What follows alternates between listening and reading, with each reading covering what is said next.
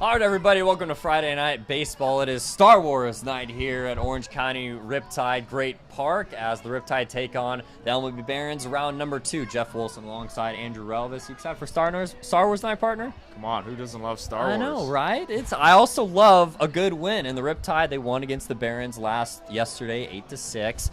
Although the Riptide took advantage of their mistakes. They walked 10, gave up 4 errors. I mean, they took advantage. You were front row seat right there, AR. Yep, it was a weird game. I mean, the Riptide were up at the start. The middle innings, it was a 5-run spot for the Barons. Some really funky baseball, a lot of errors for the Riptide. But, you know, Riptide always come back, and they came back in the later innings. And that's been a storyline this entire season, the late inning Riptide antics. I mean, it just seems like every game they come up with huge hits. That's right, and we always love to say, let's get weird. And the Riptide have gotten weird for sure. And talking with the coaches, it seems like the Riptide are hitting in the big moments, which is going to lead to the big moments later on in the year, come the postseason, and fighting for the division right now. We're 2 games back. But also winning the unorthodox games, just watching those games and be like, the hell, it was weird, but we got the job done. Yeah, I mean, you're not going to have a single normal night here at the Great Park. We see so many crazy things happening, and something new is probably going to happen at this game. But, I mean, it's good to see a team win the weird ones. They also win the big ones against the Saints. They've beaten the Oaks. They've beaten the Foresters. They beat all these teams. They just got to get the wheels rolling on the bus, and they should be cooking for the playoff race coming up. They really should indeed. They're looking good. They're feeling good against the Barons. We've got Sammy Kova on the bump again. Another spot start for him. Last one didn't go really as planned. Talk about some of the adjustments he can make in this one. Yeah, for Kova, I mean, he really struggled with the walks. He was struggling with the base runners. He just kind of felt out of control. Expect him tonight to take a deep breath, a few deep breaths, get under control, and take down these Barons. And it should be smooth sledding for the Riptide coming up. Bullpen has been great. The offense has been timely hitting as well. First pitch right around the corner at 7 p.m. We'll be right back.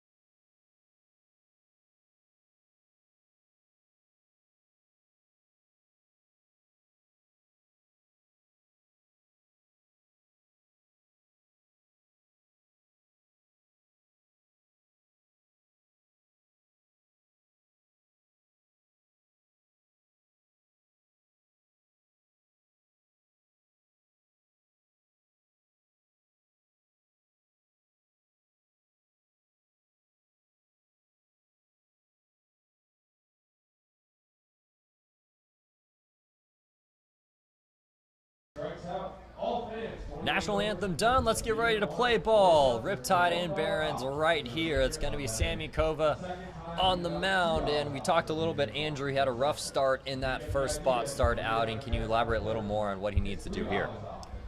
Yeah, I mean, so far, Sammy Kova has been phenomenal. He had one really tough start, but besides that, he's been locked down, and he's been exactly the guy the Riptide need in their lineup.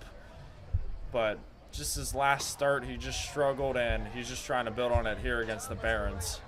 Starting lineups brought to you by Northwood Pizza and Rayborn. It's going to be Evan Cornwell for the Barons leading it off, then Deuce Robinson right behind him batting second, Jacob Klinowski batting third and right, and Andrew Pyle in the designated hitter spot in the cleanup role. Andrew Kirchner batting fifth, batting sixth, Dylan Linia, batting seventh, Zach Freeman, Adam Arroyo batting eighth, and Colin Taylor right at the bottom of the order batting ninth. For the Riptide, defensive-wise, Rocco Gump at third, Patrick Hackworth and Luke Johnson turning it up the middle, JC Allen's over at first, Carson McIntyre, Jackson Kemmer, and Jake Brown from left center to right, and of course your battery for today, Sammy Kova and Max Senesac.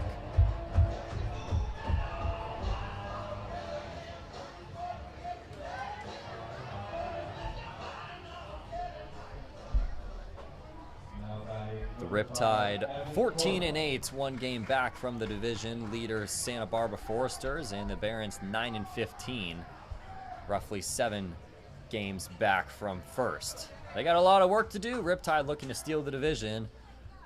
First pitch at 7:06. We're a touch late, but we're underway as Sammy Kova delivers an inside strike for 0-1 to Evan Cornwell.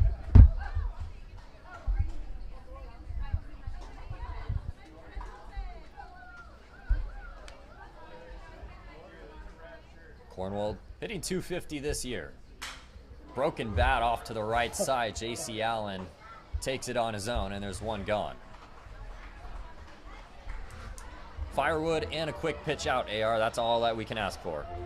Yeah, the way that bat was broken, he only had the bottom half. Basically, 3/4 of that entire bat was taken off. Just a weird, awkward angle. Yeah, he will not be able to hit with that bat anymore. Yeah, maybe not. Stick that one in the fireplace. Deuce Robinson batting second for the Barons. He digs in.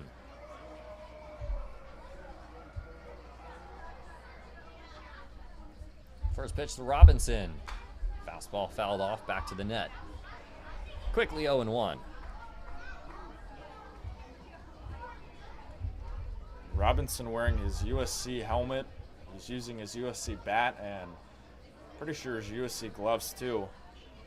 Football and baseball player for the Trojans this season. On the 0-1 to the two-way. And it's in there on the inside corner for a strike, quickly 0-2. He stands at 6'6", 220. He is a big guy. Certainly he can play both sports.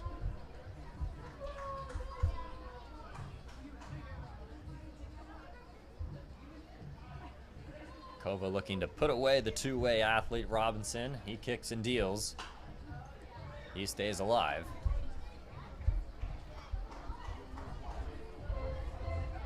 This is a team, AR, that will, we talked about it earlier before we were on air, a team that strikes out a lot, the Barons, and we'll see that hopefully the K number will be up there for the Riptide bullpen. We don't know how many innings Kova's going to go, but we could see at least, I put the line at least 6. I feel like that's a good spot to draw the line at. Almost gets one fastball just missing, 1-2. That was a good pitch there from Kova. Just missed the outside corner, but as a pitcher, you can't be mad at that pitch. That was a good one. 4 guys on the Barons over 20 strikeouts. That's a lot.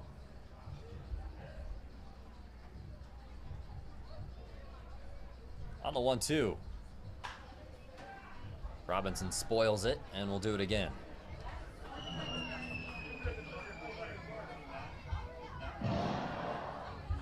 Robinson entering tonight is 5 for his past 8. He had a 3-game or a 3-hit game versus the Riptide in their last game at the MLB Academy. So he's red hot. That's why he's hitting number 2. On the 1-2, fastball high and tight, and it's 2-2. You're looking at this Barons team, a team that strikes out a lot, but also a team that doesn't walk a lot. Means they're coming up there, they're either ride or dying on the swing and miss or the swing and hit. Kova out of his windup on the 2-2. Breaking ball popped up in the infield. Luke Johnson makes the catch. 2 gone.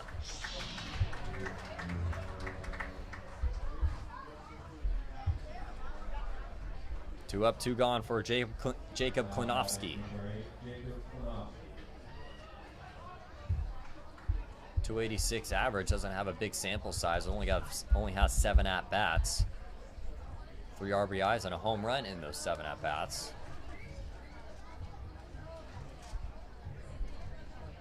Lefty on lefty action here. Ball 1 in the dirt from Kova. And for Kalinovsky, this is actually his 2nd season with the Barons. Hit 265 in 27 games for the Academy. So making his return, he's one of 10 returners on this Barons side. Most are pitchers. He's one of the rare hitters that's returning. The 1-0 is laced into left center, dropping in for a base hit, maybe 2. Kalinovsky's going to take a left turn. He heads over to second base. A little too casual, and he's got a 2-out double.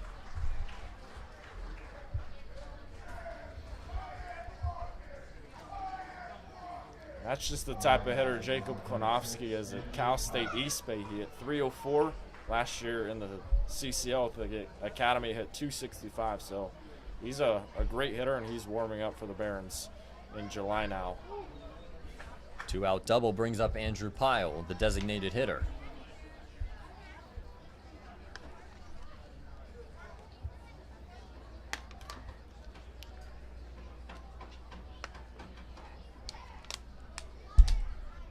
First pitch to Pyle, inside for ball 1. Yeah, and if there's a hitter you want to look out for if you're Sammy Kova, it's Andrew Pyle. 7-game hitting streak. He's got hits in 7 of his past 10 games. He is red hot for the Barons. Best average out of anybody in the Barons lineup right now, just over 300.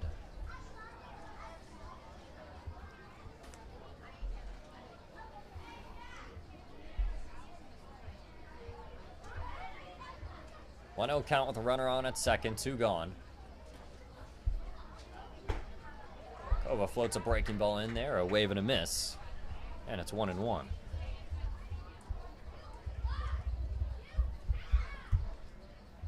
We got Kalinovsky and Pyle using the same bat. White top and burgundy bottom. Could be the difference. Want to get the same result. Perfectly placed on the inside corner. 1 ball and 2 strikes. If a pitcher can command the inside part of the zone, they can be very, very lethal. And Sammy Kova had a lot of confidence with that one, perfectly on the inside part. It's so hard to, because you're worried about hitting the batter. I mean, who doesn't think that out there? 1-2, swing and a miss. Kova pitches around the 2-out double. Nothing for the Barons. Riptide coming up here in the bottom of the first.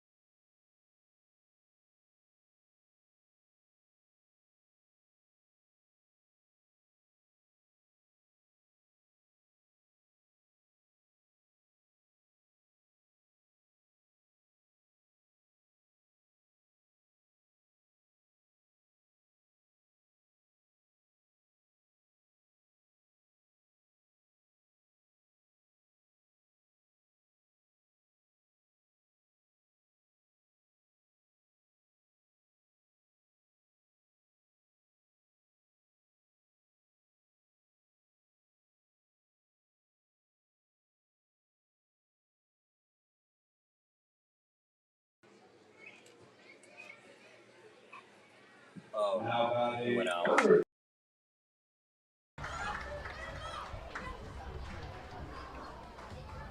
Bottom of the first inning, 0-0. Patrick Hackworth just flew out to the right fielder. Now it's Carson McIntyre, who is swinging quite a hot stick in recent games. Breaking ball from Aaron Rosales, and it's strike one to McIntyre. Talking to him, he was almost kind of surprised of how well he's doing after coming back from an injury that put him a year and a half out of the game. And he really said, yeah, I mean, I've been loving the results at the plate. It's some things I've had to restrict. But in times, it's just, this injury has taught him a lot of things of just how to take less pressure off of him at the plate and realize, oh, I'm going to be okay. He hits this one hard to right, driving Klonowski back, and he's going to make the catch. And even when he's not getting a hit, putting up swings like that still has him satisfied at the end of the day. Yeah, and McIntyre has a powerful swing. We've seen a lot of extra base hits from him, especially on the road. Some clutch doubles for the Riptide, and his swing is going to keep getting better for the Riptide. Even at 14 at-bats, he has a .429 average, which is technically fourth in the CCL. As long as he just keeps it consistent. Jake Brown takes strike one right down the middle.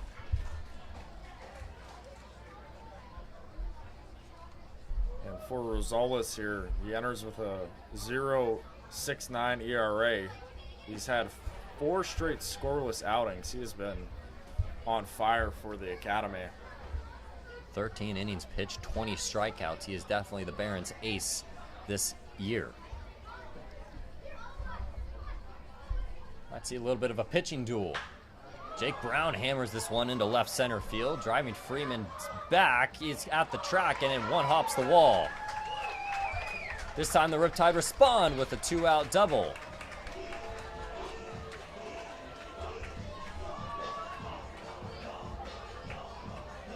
And another big swing there from another power bat in this lineup, Jake Brown. He just belted that one out to left. The left fielder Freeman couldn't catch up to it. And another great swing from the Riptide here in the first. We'll see if they can cash in with their best hitter, Ace Reese, coming up. Jake Brown puts himself in scoring position with 2 gone, and now it's Ace Reese. One of the gentlemen you want up on the Riptide. First pitch just a tick outside, and it's 1-0.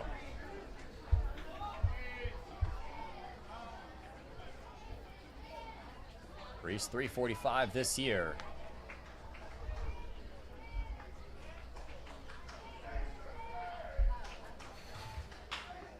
Softly hit onto the right side. Backhanded play by Kircher. He flips over to Rosales, and that'll be that. So just like the Barons, the Riptide threat, but they don't pick up anything. Scoreless in the first. We go to the top of the second.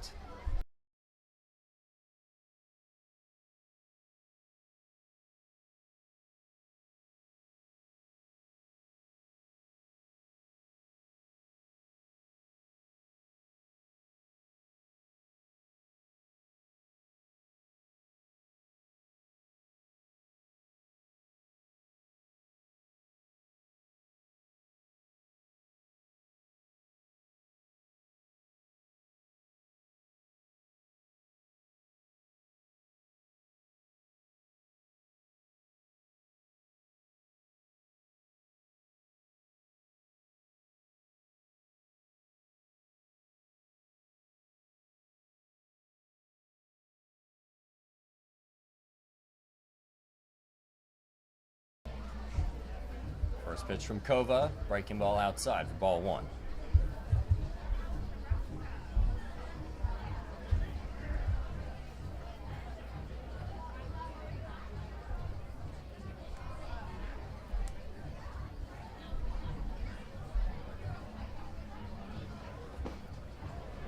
.1-0 just misses, 2 balls and no strikes.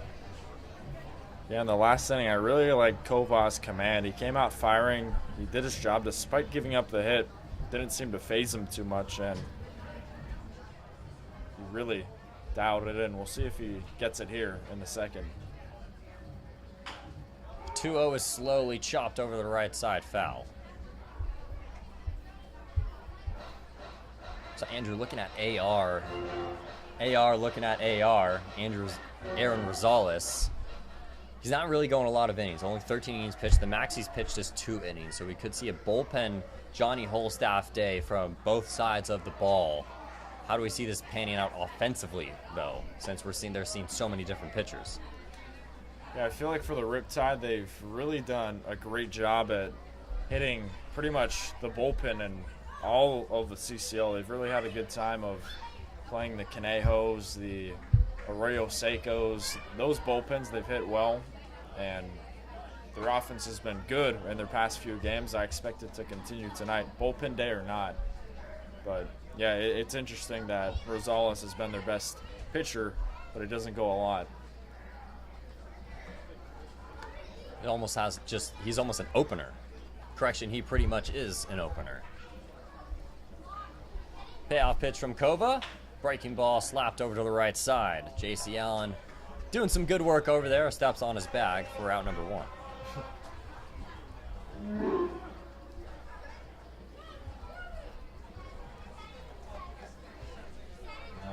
Kova retires the leadoff man. Now it's Dylan Linia.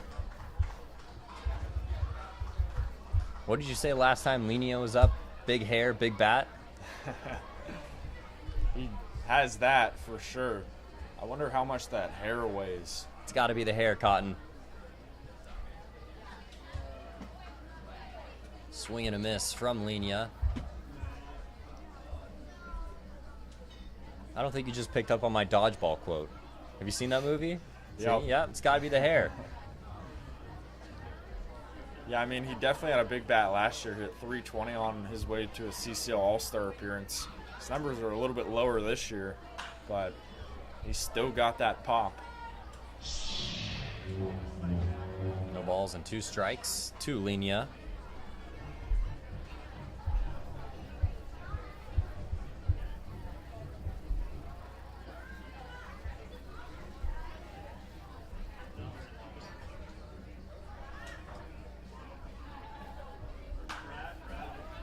Flied off to the right, out of play. We'll do the 0-2 over again.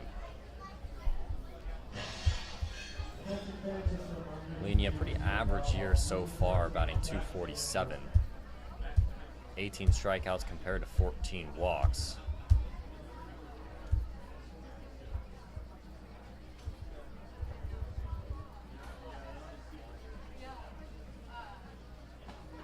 Called strike 3 to Linia. Out number 2. Strikeout number 2 for Kova.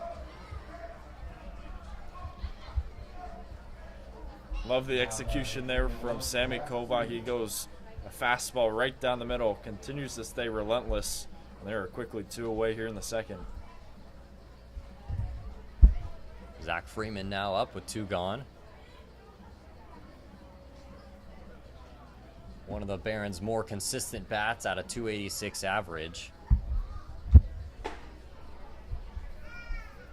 First starting off the year kind of slow, only putting together 2 hits in 5 at-bats, which is all right. Then kind of slowed down at the middle early stages of it. Then was really picked it up later on in the year, recording 3 hits against the Riptide July 6th in that 2-5 loss. Breaking ball fouled out of play. It's 1-1.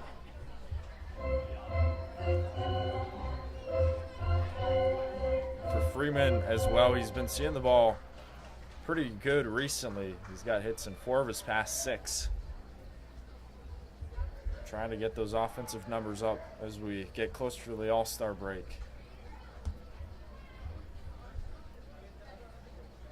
1-1, ground ball to the shortstop Patrick Hackworth. No problem over to J.C. Allen as a 1-2-3 inning for Sammy Kova is complete. We go to the bottom of the second, still all zeros.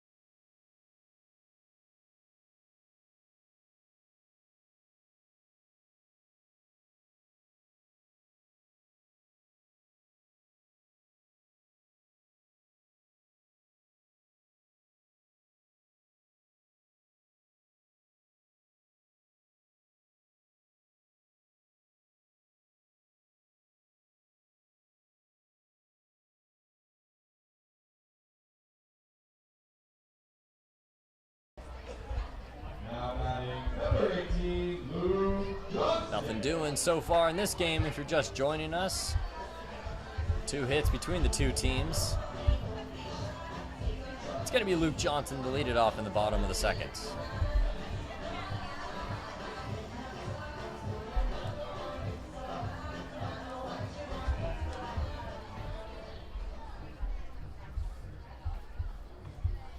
Luke Johnson, 226 this year. Attacks the first pitch. High fly ball out of play. And it's 0-1. For Luke Johnson here, this is a guy who's really getting a stride swinging the bat. Just on a 3-game hitting streak right now, hitting 226. I feel like the batting average right now is irrelevant, but he is really getting going. And hitting in the 5 spot tonight, he could be a huge positive add for the Riptide if he gets going even more. Goes fishing on that one, and it's 0-2. I agree with your statement there, Andrew, about batting average sometimes being irrelevant. Sometimes you could just be hitting the ball tremendously, but it's going right to guys. But that's not going to necessarily take out the lineup because the coaches see that. And he's also a good defender. I mean, we've seen him play second base for a good majority of the season for the Riptide. If you have a good defender who can also hit it pretty well, who's starting to get hot, it just adds another fold into this dangerous lineup. That one yanked foul. We'll do the 0-2 again.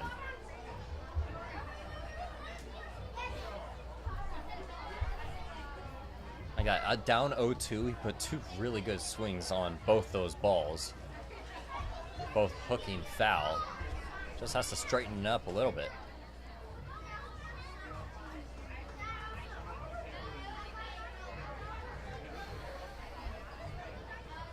The 0-2, big swing and a miss. Down goes Johnson for out number 1.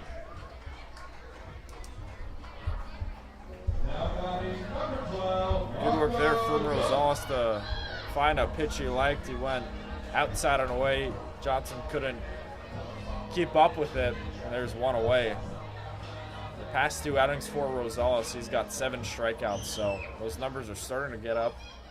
He gets his first here. Now it's Rocco Gump. Takes up in the zone, ball 1. Gump tacked on a pair of RBIs. The game against the Barons the other day. This time he puts one into shallow center field, finding a home for a base hit.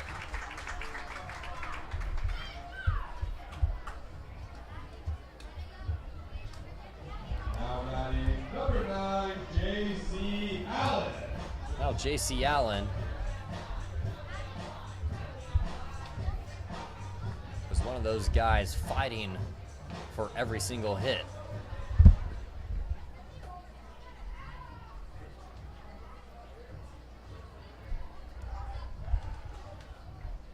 He swings at the first one, pokes it down the right field line. That's going to be a fair ball.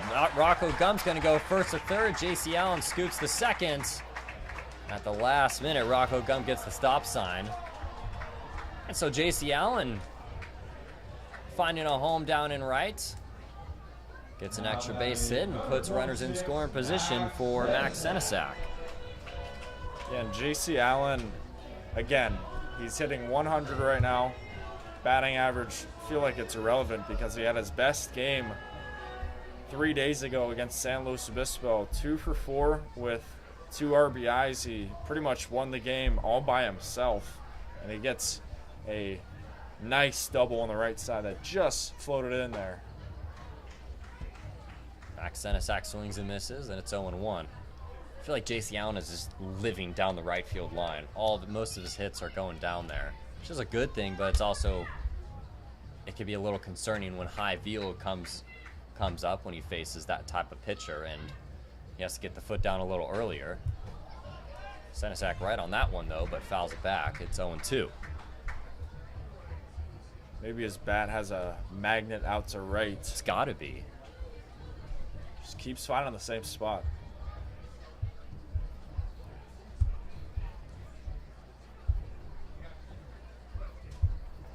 Senesac with a chance to drive in at least a couple. Stays alive in an 0-2 count.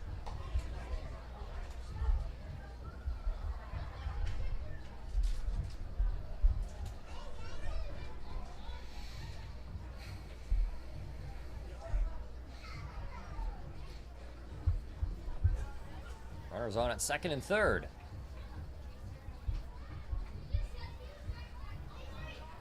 Swing and a miss. Got him with the fastball, and there's 2 gone. Now Rosales has gotten the 2 outs in this inning from strikeouts, and both of those strikeouts were fastballs on the outside that Johnson and Senesac couldn't lay off of. He's been relying on that fastball a lot, and so far it's paid dividends. But here comes Kemmerer, who is trying to break out of a slump here for the Riptide.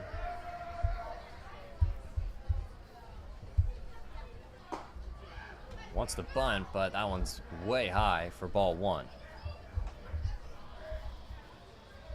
Now, these are the big moments that we talked about earlier before the game, Andrew. Runners on at second and third, 2 gone. You got your bottom of the lineup up, which is where you really need to come through for your team.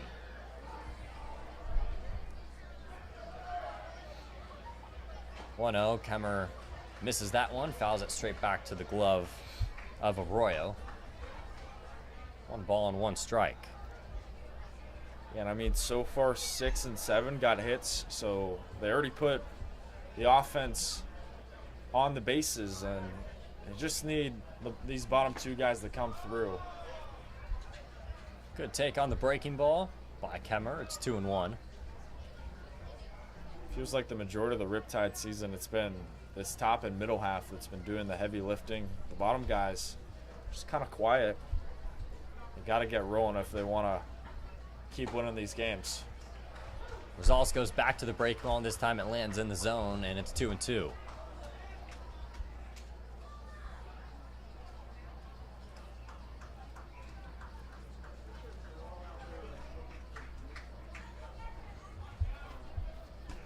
Deuce is wild to Kemmerer.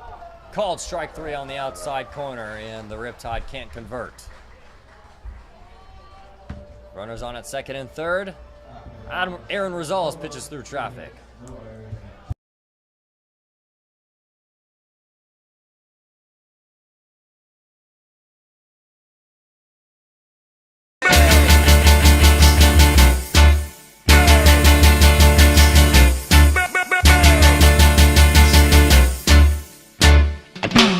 No, no, no. You don't love me, and I know now.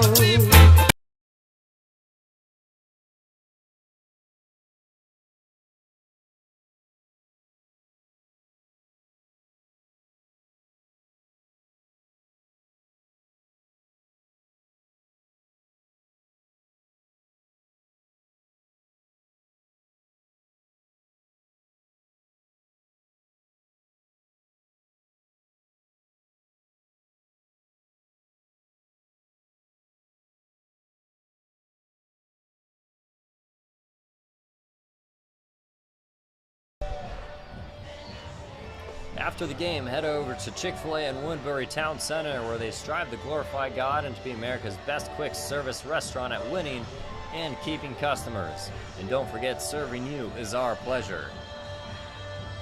Both teams through 2 innings. Goose eggs on the board. Riptide get a couple hits, but they can't drive in any. Jackson Kemmerer strikes out looking, and Aaron Rosales strikes out the side to end that inning. Now, the Barons looking to retaliate with Adam Arroyo leading it off.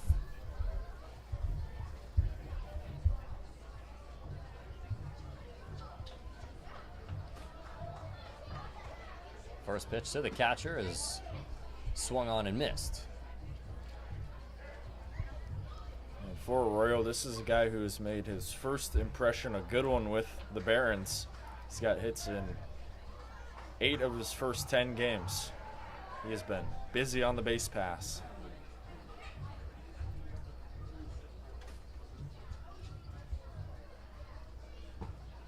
Goes with the fastball. Royo comes up with nothing there, and it's 0-2.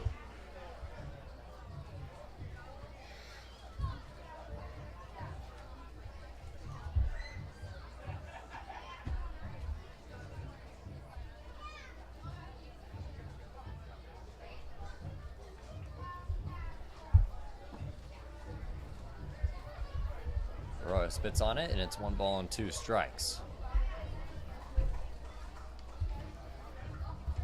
Royo in good company with 2 other catchers one other catcher for the Barons, with Andrew Pyle, who's in the DH spot. Royo at 294 and Pyle at 302. This is a high fly ball into center. Kemmer camps under and makes the catch.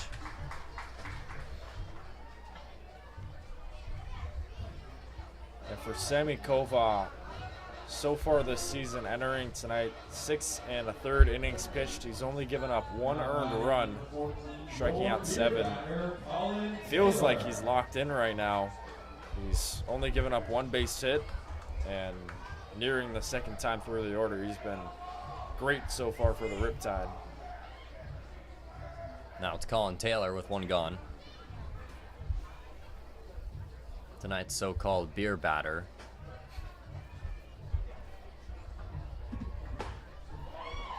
Hacks out that one, and it's 0-1.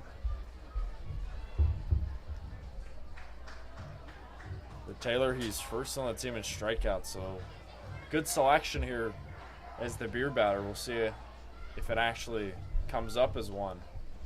Not only is he first on the team, he's first in the CCL. Wow. Good choice for a beer batter. Quickly 0-2.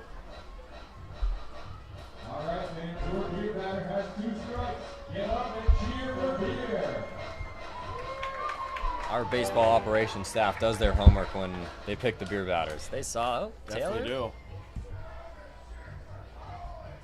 He makes a lot of wind up there.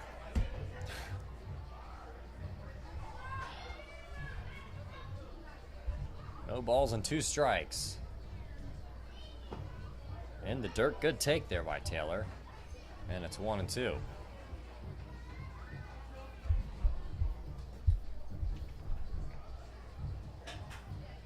Despite the strikeouts, Colin Taylor has gotten hits in 8 of his past 9. He's been red hot, but still those strikeout numbers climb.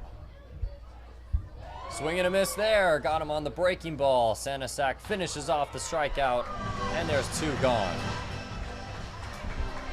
$1 off a beer now.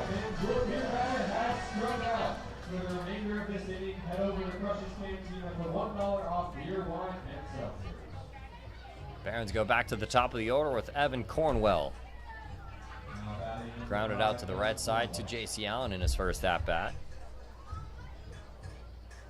3rd strikeout of the day for Sammy Kova.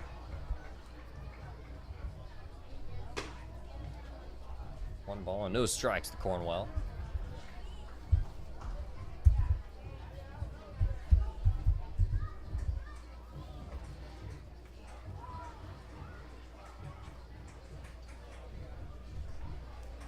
Here's the 1-0.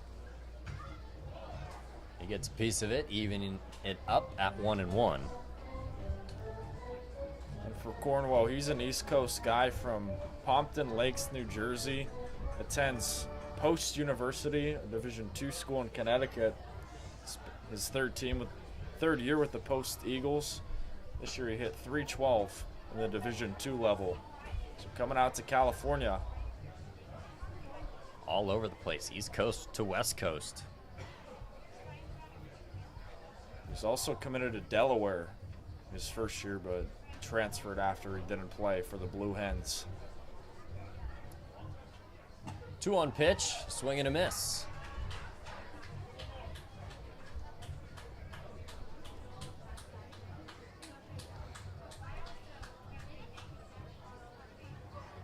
Feels like Kova might try and get Cornwell chasing here. He's been ahead of these hitters, trying to get ahead of him here. Gets him with the fastball, close enough. AR gets his 2nd strikeout of the inning. That's 5 on the day so far for Sammy Kova. He's cruising.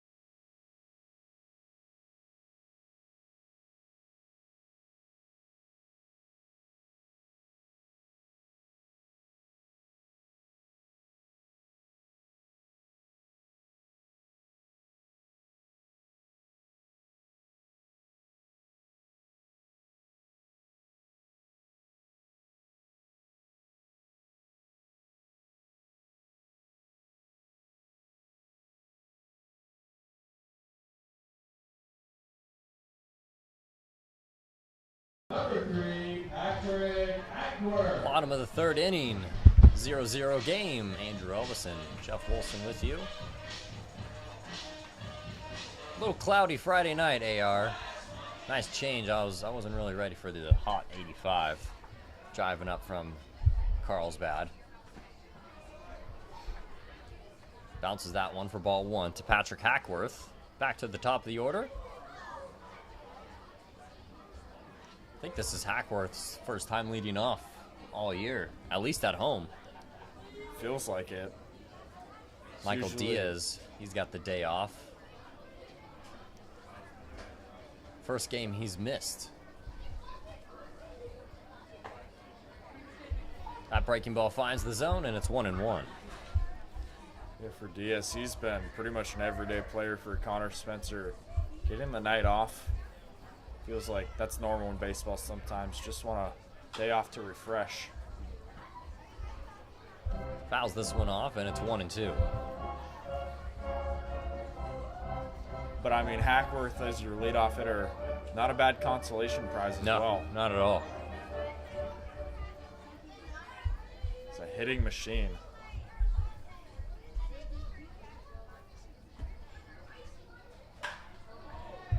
Nice play there. Backhanded stab by Cornwell completes it.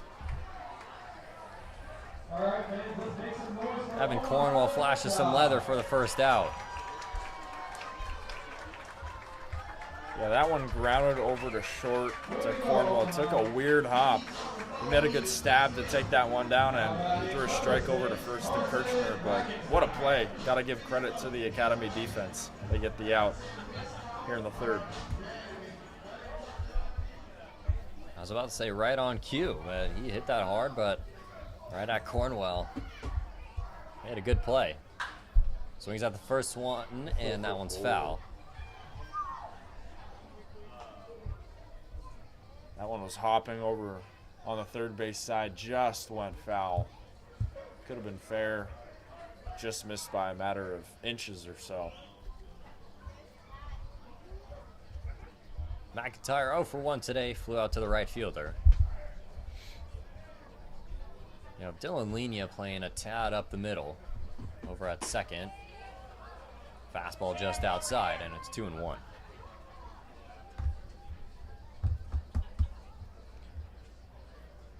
Expect another big swing here from Carson McIntyre. He's all power. Big swing, but a miss, and it's 1-2. Also feels like when he connects on them, they can really cause some damage. Hitting in the 2 spot tonight. Just trying to get on base like he's been for the past few games. McIntyre spits on that one.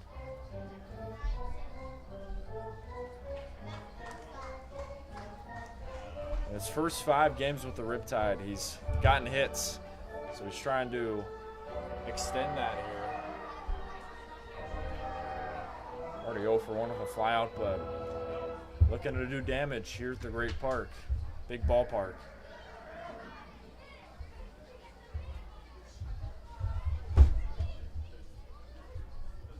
On the 2-2. Just missing upstairs. And it's ball 3.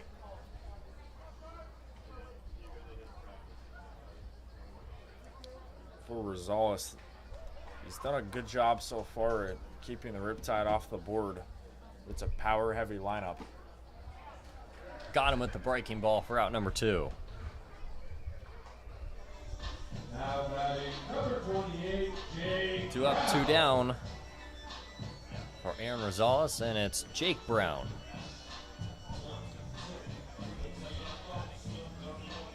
That's now 4 straight retired by Rosales, who also has 4 strikeouts going toe-to-toe with Kova. He's done a good job so far, and we'll see how long he lasts. Whiffs on that one, and it's 0-1. Rosales has struck out his last 3 of 4.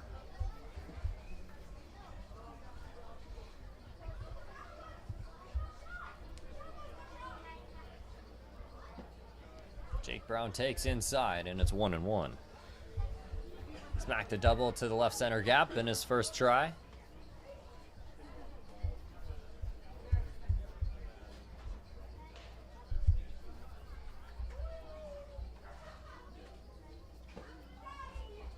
Another one inside, and it's 2-1. And after that double, he's got hits in 5 of his past 6.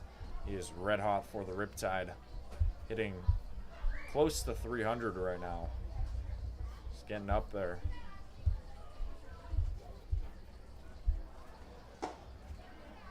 Three balls and 1 strike.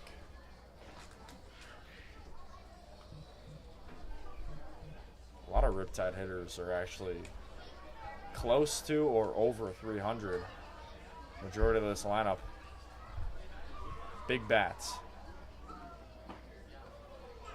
Breaking ball in the 3-1 count lands in the zone, and it's full.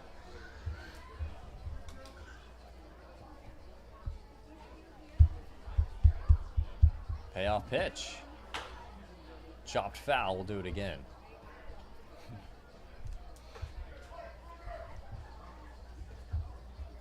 Even in these at-bats, you got to give credit to the Riptide bats. They are always fighting. You know, there's a few bats here and there where they kind of sit down, but for the most part, they're always fighting. That one just outside for a 2-out walk. Jake Brown on base twice now.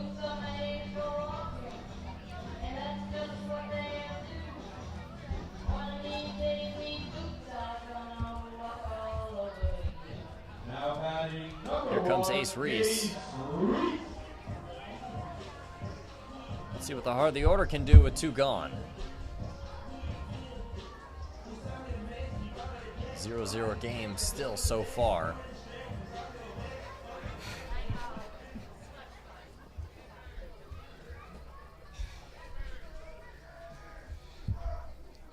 Reese 0 for 1. Takes high for ball 1.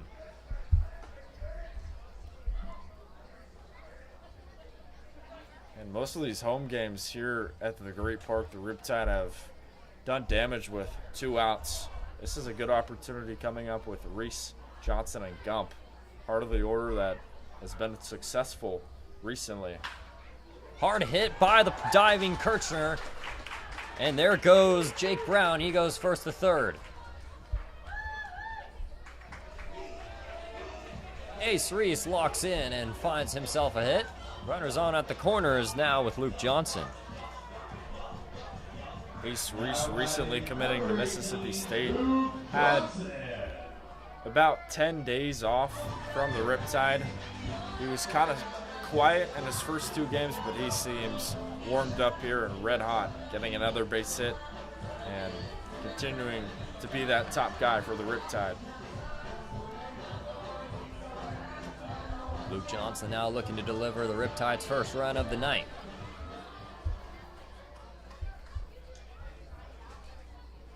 He was strikeout victim number 1. Pops this one up in the infield.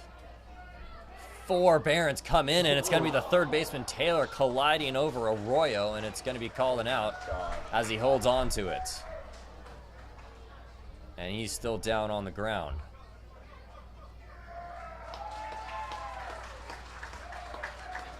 Once again, the Riptide threat, nothing there as we're through 3, 0-0.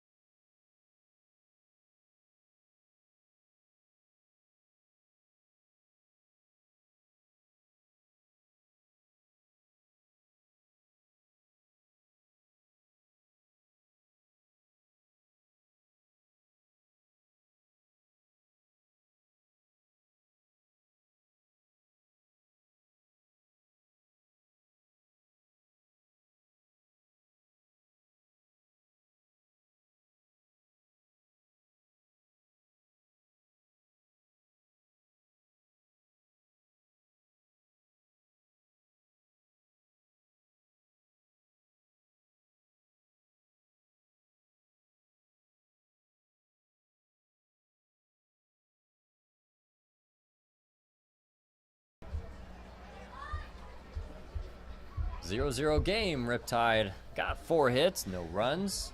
Now batting. Sammy Kova has just allowed 1 hit and 4 strikeouts. Now it's Deuce Robinson.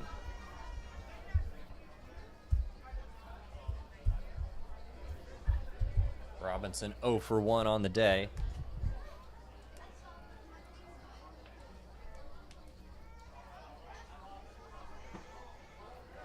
Kova just misses the outside fastball, and it's 1-0.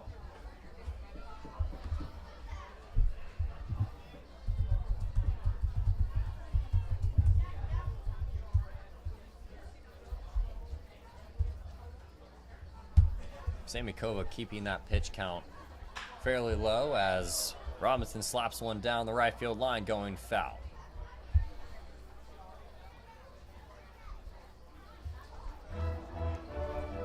Yeah, for Deuce Robinson, switching sports to football. This year for the Trojans, 16 receptions, 351 yards, and 2 touchdowns. He plays. Good numbers.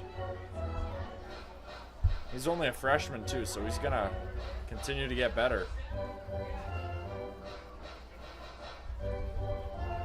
Do you think he has to be cleared by the USC football coaches to play in summer ball?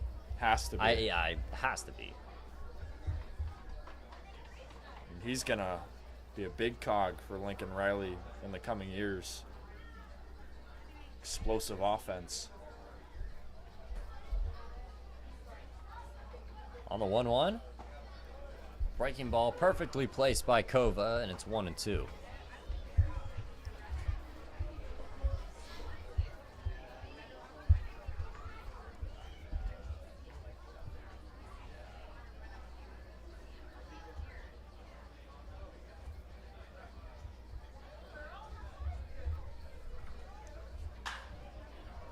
Swinging fouled out of play. We'll do the 1-2 again.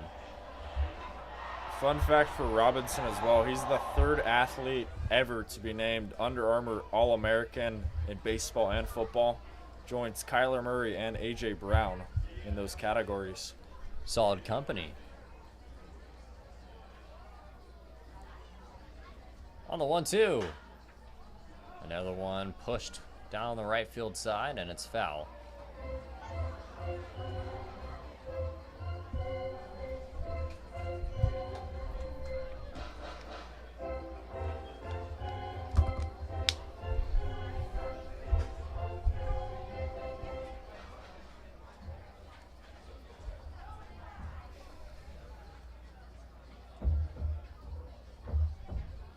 Kova looking to finish Robinson off on a 1-2 count. Slide step. Robinson straightens it out just a little. Jake Brown not really having the move to make the catch for out number 1.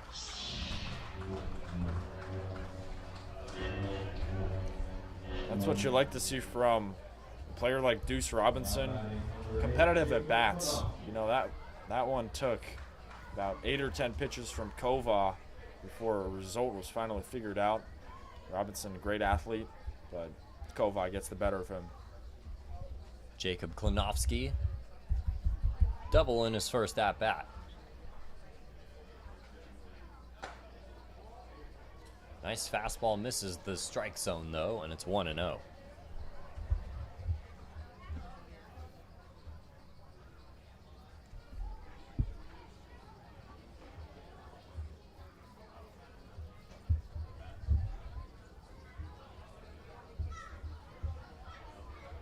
Klinowski on the 1-0, takes a breaking ball for a strike, and it's 1-1.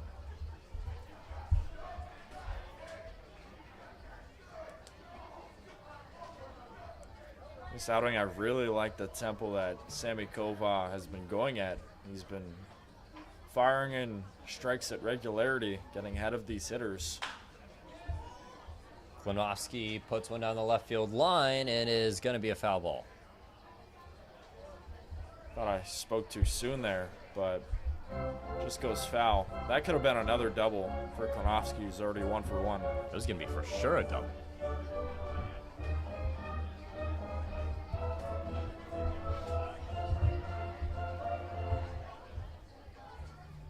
Klinowski's the only hit for the Barons. Got it back in the first. Also with 2 outs, so similar situation. Excuse me. 1 out here, AR. Not a big math guy. Now 2 outs. There it goes. Kova. Now strikeout number 5.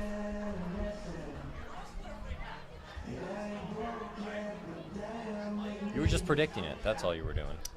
Yep. I'd like to take credit for that. How about Semikova, though? 5 strikeouts right now, and he's gotten strikeouts in every inning. Spreading them out. 51 pitches so far through 3 2/3. Andrew Pyle with 2 gone. Swings at this one. Right side under the glove of Luke Johnson. He was shifted way over towards the middle, and that's going to be a base hit. Yeah, Luke Johnson was chasing that one. He was close to stopping the ball, but just kept carrying, and a little bit fast for him. Got past him for a second hit of the night for the Barons, but good effort from Johnson.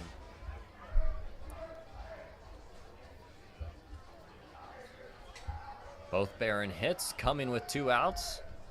Now it's Andrew Kirchner.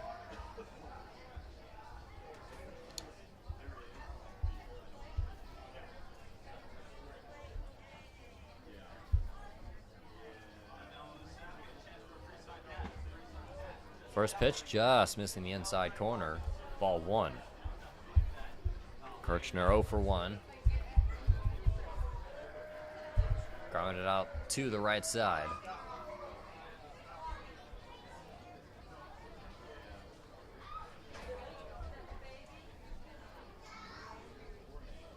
On the 1-0. Off the glove. Hard hit off of J.C. Allen. Pyle's going to go first to third off of that one. And now the Barons have something going. Hard to handle. J.C. Allen did all that he could right there. That thing was smoked. Yeah, ripper right to J.C. Allen. He made a good effort, got the majority of the ball stopped, but squirted past him out to right. And now runners at the corners for the Barons. Huge at bat coming here from Dylan Lena, who is not an easy out.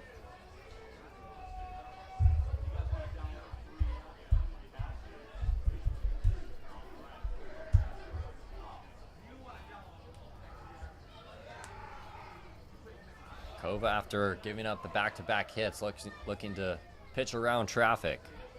Bounces this one.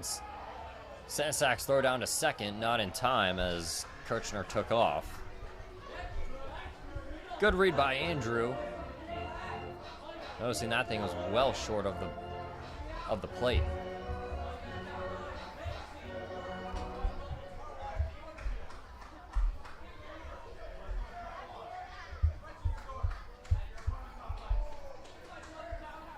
So now runners on at second and third. Linia takes strike 1.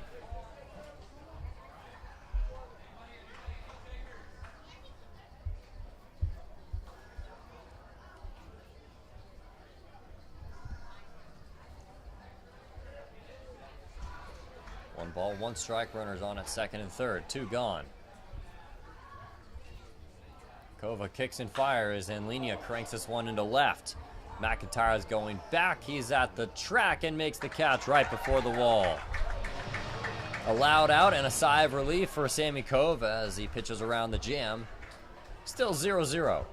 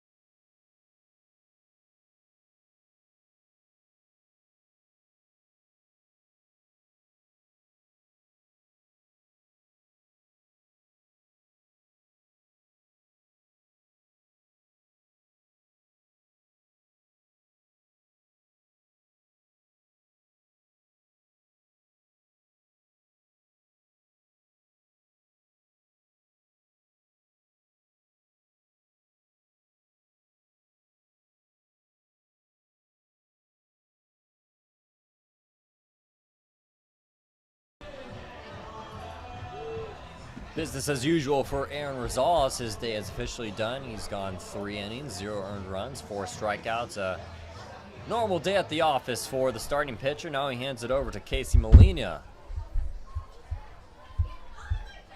Now batting number 12. Molina's going to face Rocco Gump as he leads off the bottom of the 4th inning in a 0-0 game.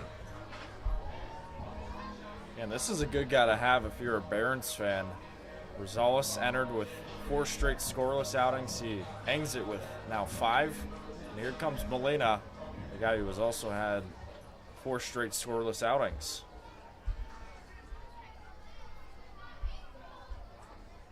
Six and a third, hasn't allowed an earned run, but he has 9 runs. Breaking ball to Rocco Gump is on the outside part, and it's ball 1.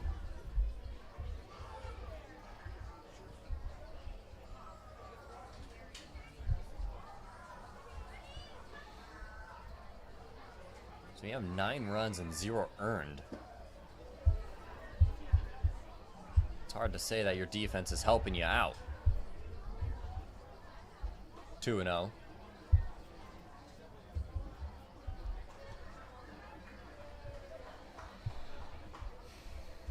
Yeah, Rocco Gump has been a hitting machine for the Riptide so far. 20 hits.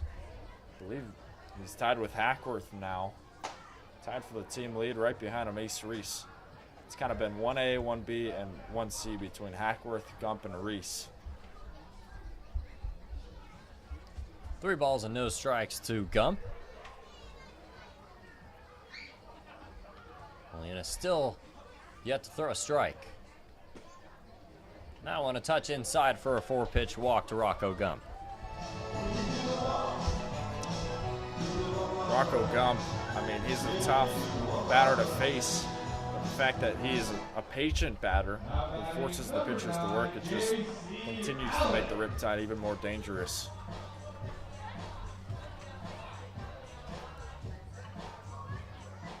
J.C. Allen now. He's been living down the right side.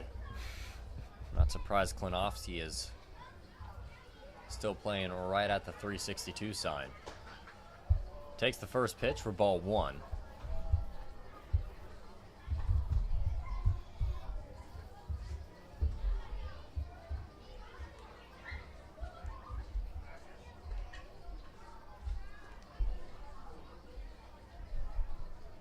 On the 1-0, got a piece of it, fouls it off. 1 ball and 1 strike. Yeah, for J.C. Allen, spent the last year at Saddleback College where he was a hitting machine, hit 309, 64 hits, 11 doubles, 13 home runs, 64 RBIs. He was a man on a mission for the Bobcats this year. Having some struggles here in summer. But of recent, he's been hot. 2 balls and 1 strike to Allen. Feels like it just takes some guys a little bit longer to get used to the summer ball. For Allen, it has, but, you know, he's still very talented. Finally seems to be adjusted. See if he gets another one. Right on cue there, ropes one to left field, and he's got his 2nd multi-hit game of the year.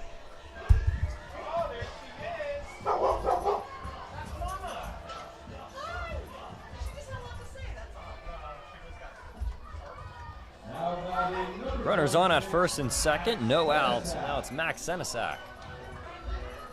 So J.C. Allen holds 2 of the 5 hits for the Riptide.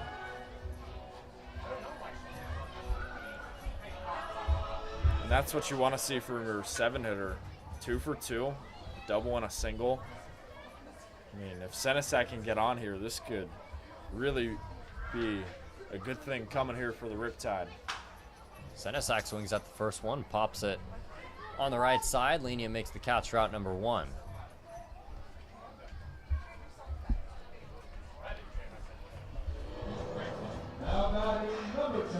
In situations like this, the bottom of the order's responsibility is to move the runners over in place for the top of the order to hopefully bring them in. Senesac swinging at that first pitch. May have saw what he liked, but If you're doing that, you have to execute on it. Now it's up to Jackson Kemmerer. Pump fake from Arroyo brings J.C. Allen retreating back to the bag. If I'm Jackson Kemmerer here, I'm not swinging until I see a strike. I mean, Molina, he's already got one out, but he's got 2 base runners on. Thought about bunting, pulls it back, and it's ball 2. Especially like a guy here for Kemmerer who, let's face it, he's struggled with strikeouts all summer long, trying to get those numbers up, trying to get on base a lot. Don't swing until you see a strike. I feel like that's what's going to be his mindset, especially for Connor Spencer coming up. So now Adam Arroyo goes to talk to his relief pitcher.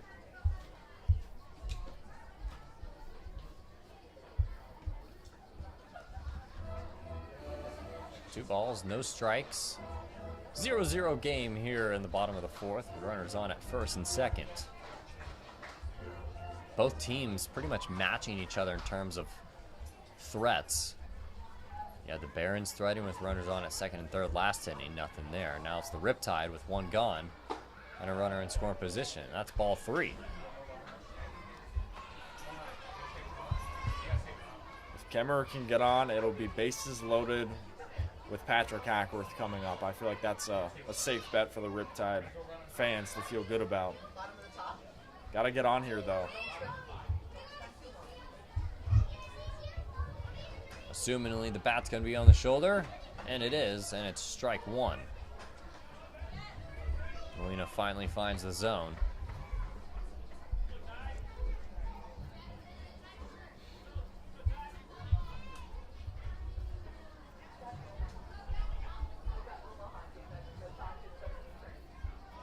Three-one pitch. Swing and a miss. Molina fights back into a 3-2 count. This is a big pitch coming up for Molina. Feels like he's going to try and make Kemmerer chase.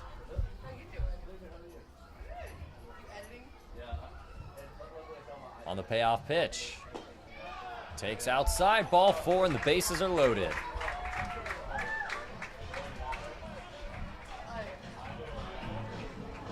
Big at bat there from Kemmerer. He's up 3-0. Looking to avoid a strikeout, but stays disciplined, and he gets on base. Huge chance coming up here for the Riptide. Barons in a conference with the bases loaded, and the Riptide back to the top of the order with Patrick Hackworth. Last at bat, he grounded out to the shortstop, but it was a hard hit ball. These are situations where, as a hitter, you're waiting on deck and you're pretty much licking your chops at this situation at hand. Most of Hackworth, his hits have been not up the middle. It's kind of been on the left or right side. Hopefully it doesn't happen in this inning now, but Hackworth, a hitting machine. We'll see if he gets another one here. Rocco Gump at third, J.C. Allen at second, Jackson Kemmerer at first.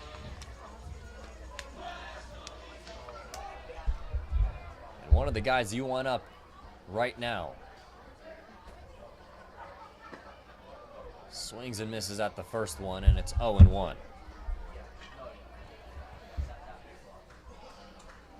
Molina gets out of this inning without giving up a run. It'd be a huge break for the Riptide.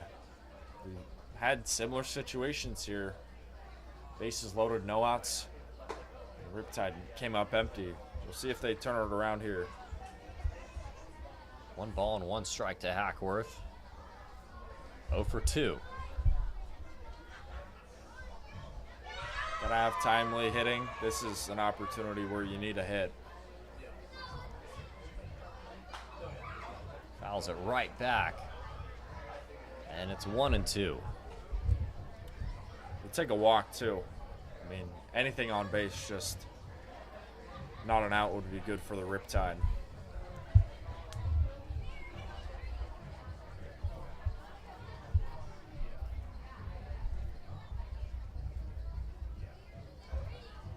On the 1-2, Hackworth sends this one into right. This one's back. Klonowski can't get it. It's over his head. That's going to score at least 2. Flying around third is Kemmer. He's right on Allen's face. The throw's going to be in time, though, and to get him, but it scores 2.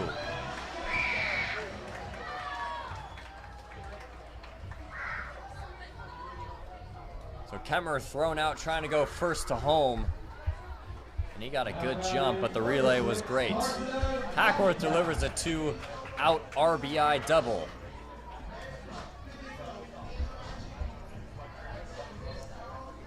It looks like Kemmerer might have ran through a stoplight from Connor Spencer over there at third. If he did, that's a tough break, but Patrick Hackworth coming up clutch once again. Let me just say this, he's been on fire, and that's his first extra base hit of the year. Does it at the right time. Timely hitting, 2-0, wasn't 3-0. Now it's Carson McIntyre. His first 20 hits were singles, and he gets an extra base hit on the 21st.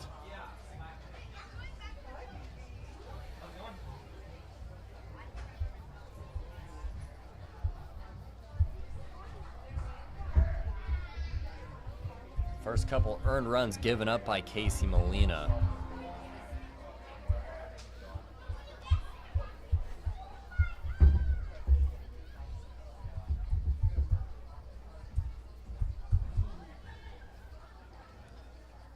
No balls and 1 strike. Molina comes home with it. McIntyre sends this high and deep into center field. Deuce Robinson backing up. He can't see it. He doesn't know where it is. And it's over the fence. 2-run shot from Carson McIntyre. Deuce Robinson couldn't find it. He can look right over the fence.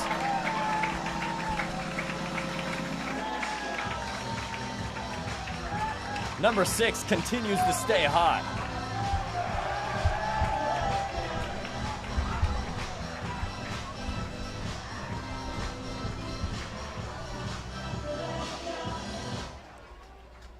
Carson McIntyre's first home run of the year. Big Mac out to deep center. And man, what a swing. I mean, he has been on fire. Boy, it was hard to see that one.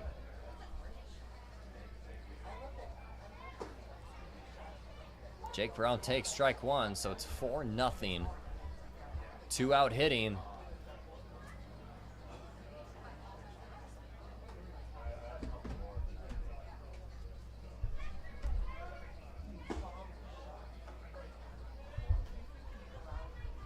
Just outside.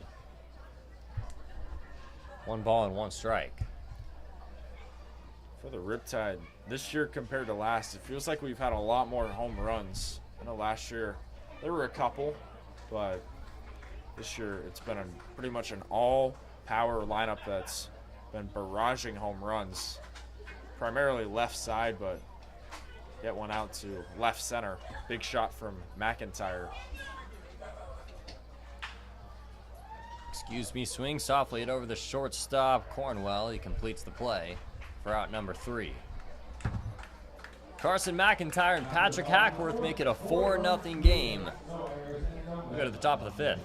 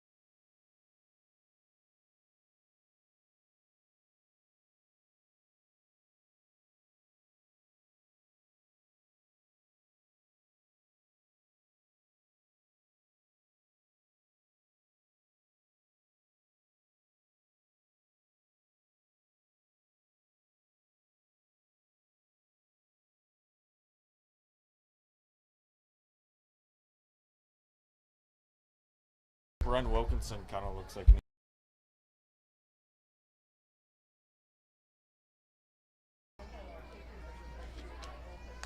Top of the 5th inning, 4-0. Riptide finally break through. Now it's Zach Freeman.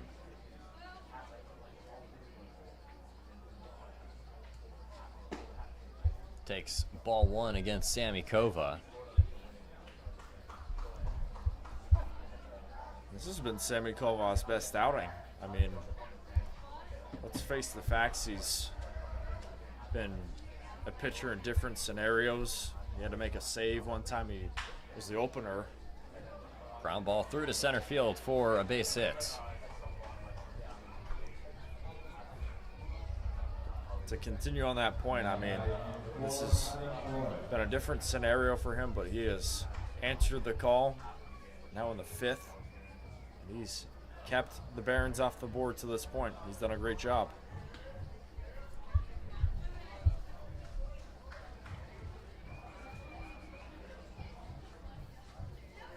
Runner on first with Adam Arroyo due up for the second time. He swings and misses at that one, and it's 0-1.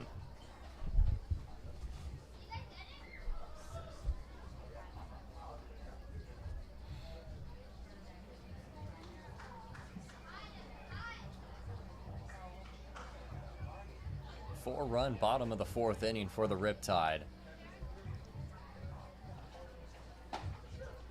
Patrick Hackworth draws first blood, and then Carson McIntyre digs into the wound.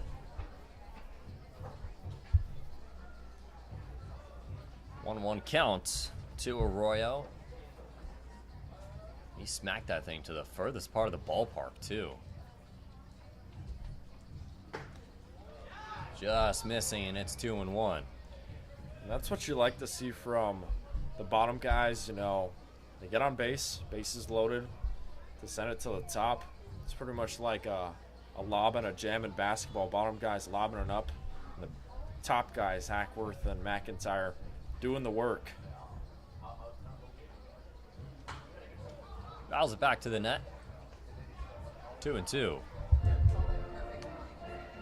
That 4th inning is exactly what the Riptide needed. Trying to keep pace in the CCL South race right now. Currently 3rd. We're looking to overtake Conejo in 2nd place.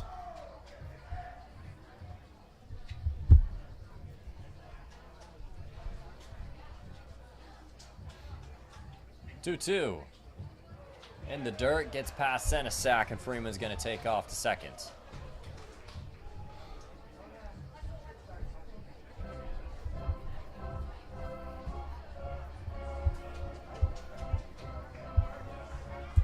Full count now to Adam Arroyo.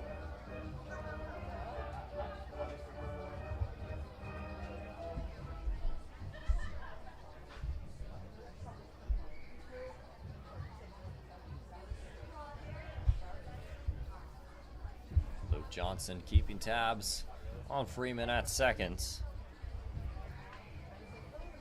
Here comes the payoff. Breaking ball upstairs for ball 4. That'll put runners on at first and second.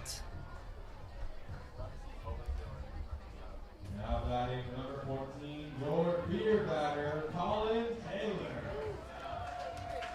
Now Colin Taylor has a chance to get the first run of the game for the Barons.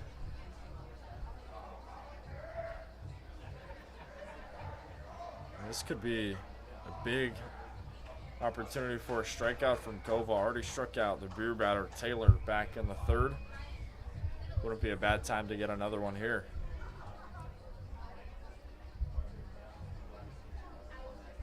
First pitch Taylor sees. He pops it up on the right side. Luke Johnson calling for a fair catch for out number 1.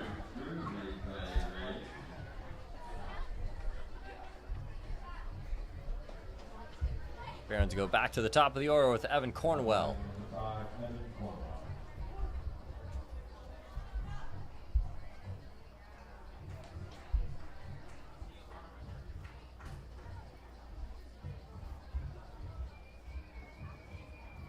Cornwell 0 for 2 with a strikeout in his last at-bat. Riptide bullpen getting active.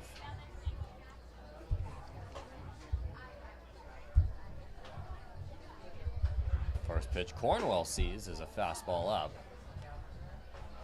1-0.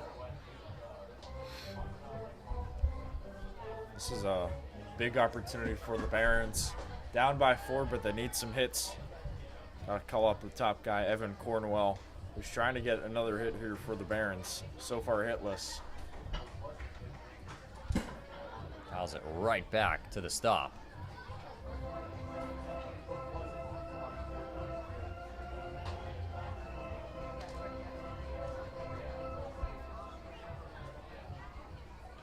As a pitcher, when you see that, they're on time for it, just doesn't have the right angle. Here's the 1-1. Squares around Bunting, pulls it back, and that lands for a strike.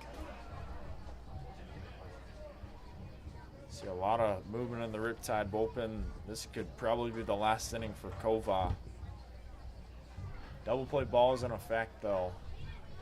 So that one pitch could pretty much end the inning for the Barons. Got to be careful. On the 1-2, moved the feet of Cornwell, and it goes to a 2-2 count.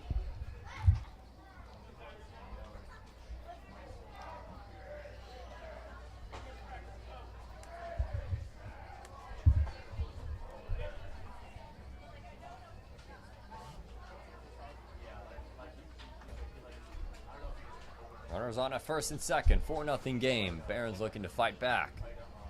Breaking ball got him swinging.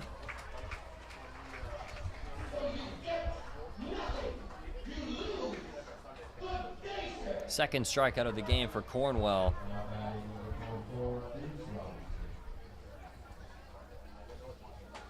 Now with 2 gone, it's Deuce Robinson. It's now 6 strikeouts for Sammy Kova. Season high.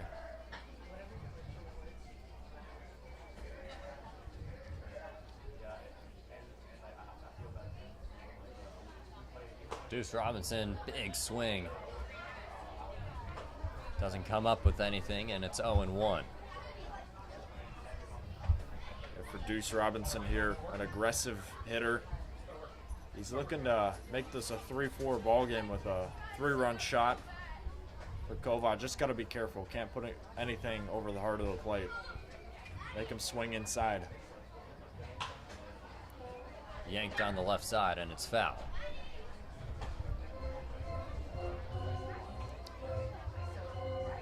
Seems like he's trying to get him to swing inside on those back-to-back pitches inside.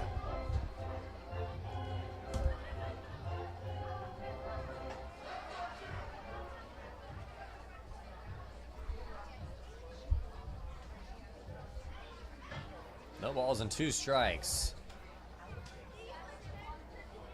Kova deals. Got him. Strikeout number 7 for Sammy Kova. He continues to have some damage control as we stay at a 4-0 game. We're halfway home.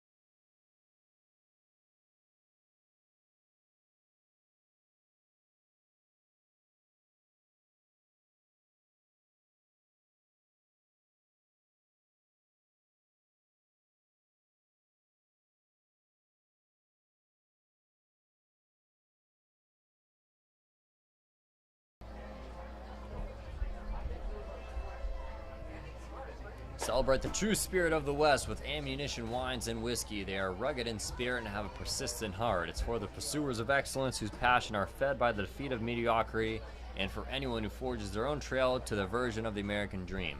From farm to finish, every step taken forward to perfection is a deliberate one.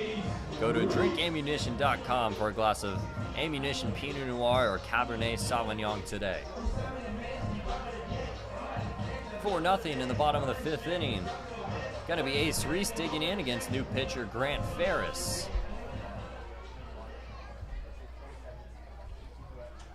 Ferris has got 9 innings under his belt at a 4 ERA.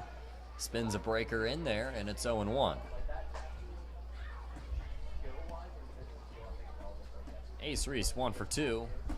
Had a base hit in the 3rd inning. Just a bit outside.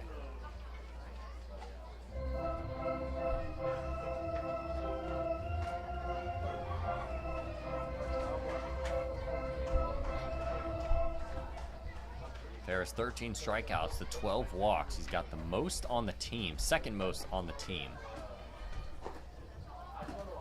And you can see from those last 2 pitches why.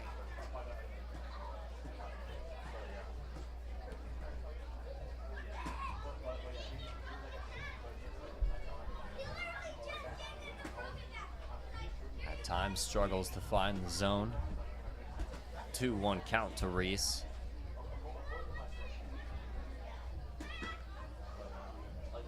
Outside for ball 3.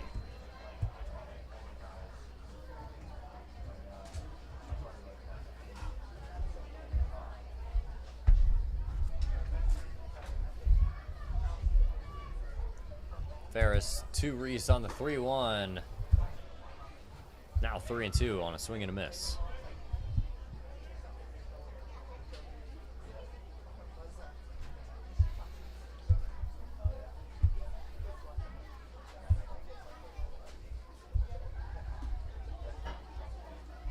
On the full count, break him all inside for a leadoff walk. Ace Reese is on the second for the second time today.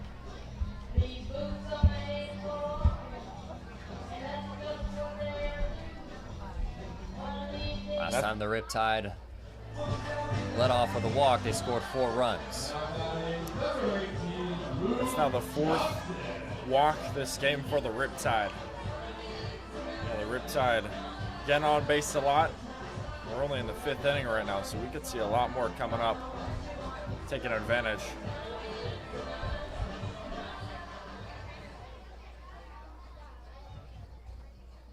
Luke Johnson now takes inside.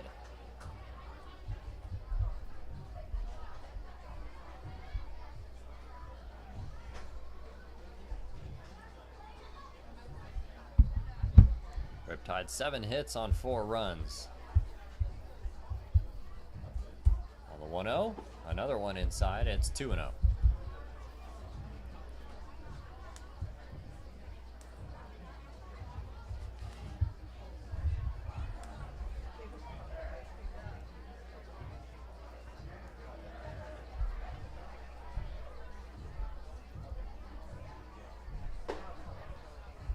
This time that one finds the zone, and it's 2-1.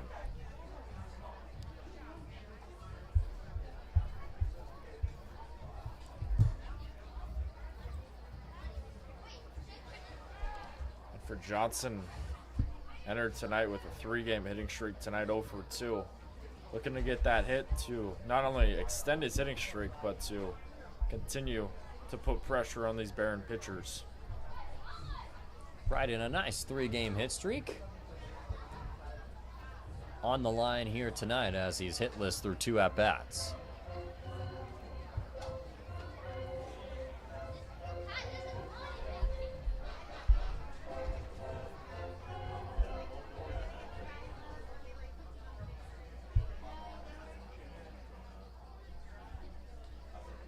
Three-one count.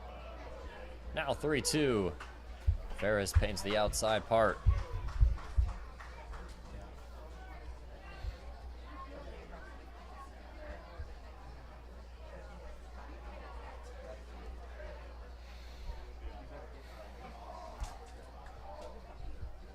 Payoff pitch, inside, ball 4. Back-to-back walks for the Riptide.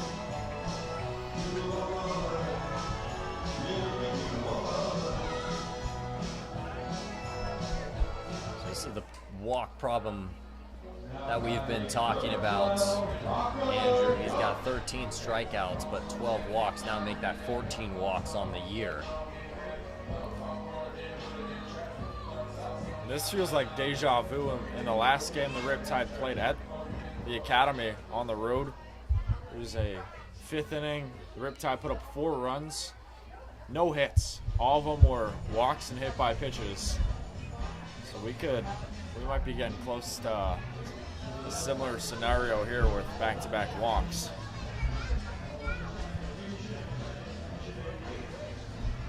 Rocco Gump had a walk in the 4th inning. On base twice with a base hit in the 2nd.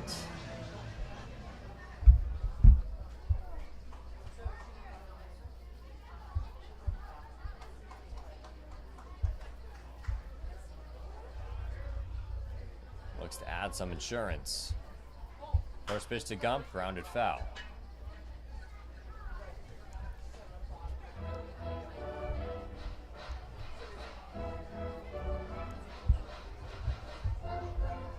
The 6-7 hitters for the Riptide tonight have had good nights. Gump and Allen, 3 combined hits. These 2 are the next hitters up. So as a Riptide fan, you almost want to see these guys in this inning, and they will be hitting in this inning. Spiked fastball, the Riptide runners say thank you very much. They move up 90 feet. Ace Reese now over at 3rd. Luke Johnson moves to 2nd. 2nd and 3rd, no outs, 4-0 game, Riptide. Now the Barons infield comes in, preparing for a ground ball. Outfield stays where they are. Maybe Klinovsky a touch deep due to Rocco Gump being a left-hander. On the 1-1. In the dirt, 2-1.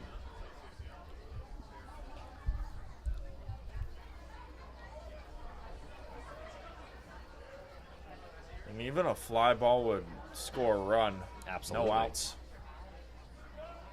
Gump probably looking for a fly ball here. Something in. Welcome back. Forgive us for the technical difficulties. 5-0, didn't miss much. Saw the run score. Outside to J.C. Allen.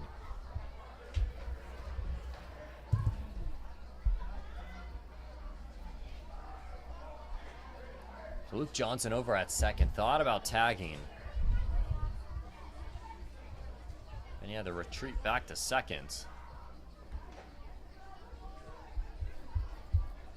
2-0 count. Johnson gets a great jump. Not even a chance from Arroyo. Makes up for it right there. Great jump over there at 3rd. I mean, he had the pitcher and the catcher beat. Puts him even closer in scoring position now.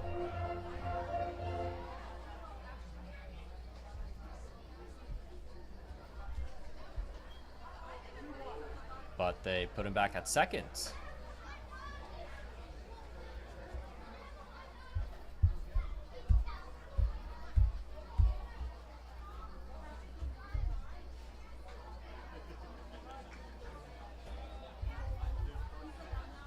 What do we got? No idea, because that wasn't a foul ball.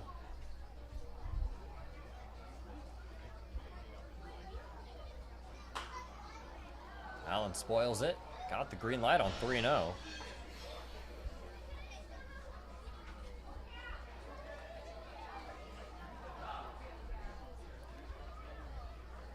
Looking back at our stream, just the umpire just motioned him back. Don't quite know what that was about. It's 2-2 though. Allen softly hits this one into center. Coming in is Robinson. He makes the catch. And Johnson can't advance. Back-to-back flyouts make it 2 outs for Max Senesac. That was weird. Yeah, I haven't seen that one before. You don't quite know what happened. If that call over at third stood, that would have been another run probably. I mean, center, throwing to home. Probably would have been close, but Johnson's got some wheels. Johnson at second. Picks over, not in time. Don't see a lot of back picks over to second base. Senesac go for 2.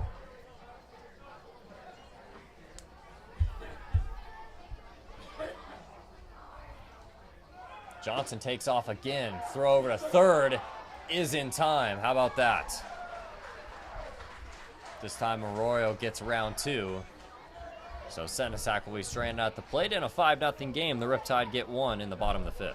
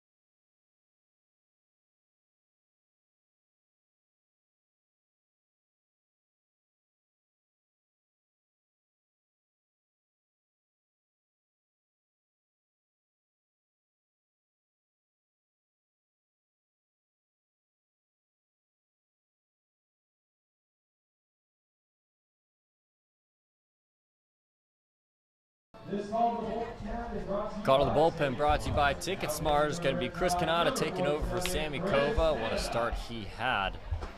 Kova going his highest. 5 innings pitched, 7 strikeouts, 1 walk, 0 earned runs. Now in comes Chris Canada from San Diego State.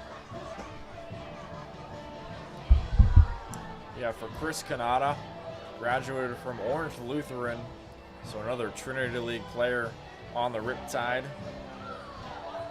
Currently plays at San Diego State for the Aztecs this season. He played in 12 games as a junior, 5 games started, 25 and a third pitch, 26 hits allowed, and 29 walks. So his numbers are kind of inflated, but trying to shut down the middle order of this Barons lineup. He's against lefty Jacob Klinowski. 1 for 2 with a double.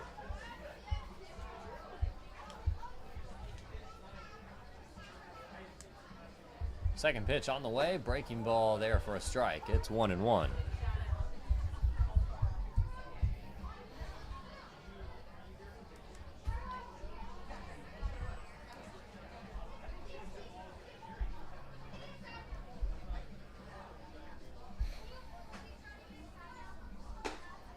Big hack. 1 ball and 2 strikes.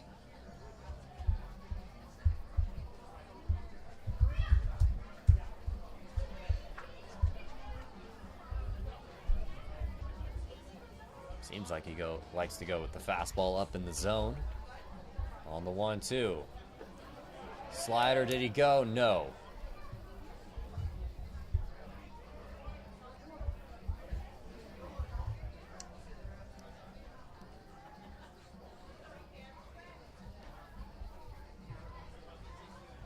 tried the wipeout slider pitch to Klinowski. Didn't bite. Let's see what he goes with on the 2-2.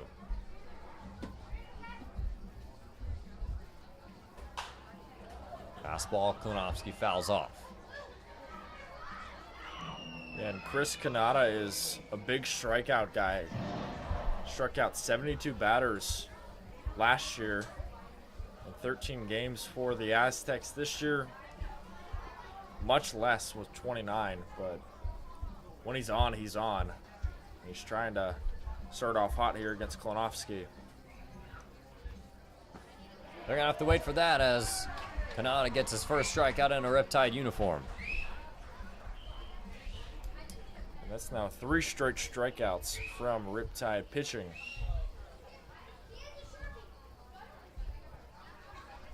Now it brings up Andrew Pyle. Strikeout victim in inning number 1.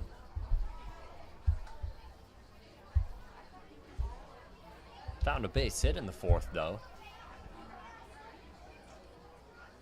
Pyle digs in against the tall left-hander. Swings at the first pitch. Slow roller over to Allen. Steps on the bag for out number 2. That thing looked like it had a lot of spin on it. Yeah, certainly did, and Pyle got a piece of it, pushed it on the right side. I've really liked not only the command from Kanata to start, but also from Kova. I mean, these 2 pitchers are dialed in. They understand what they need to do, get outs, and we're getting closer to that point where outs are becoming a limited resource here for the Barons, down by 5.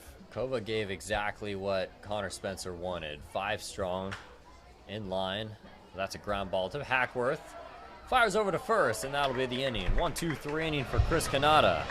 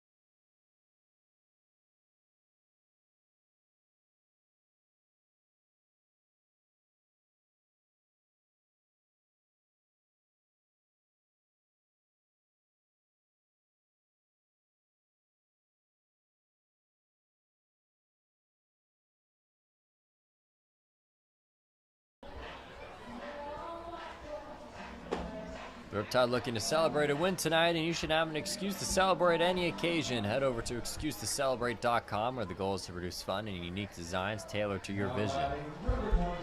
5-0. Go to the bottom of the 6th. Max Senesac returns to the plate after he got stranded there. Luke Johnson got thrown out trying to steal third. Still trying to find out what happened to the original time Luke Johnson swiped third base. The home plate umpire motioned him back. So now Max Senesac takes another stab at it. He takes ball 1 from Grant Ferris.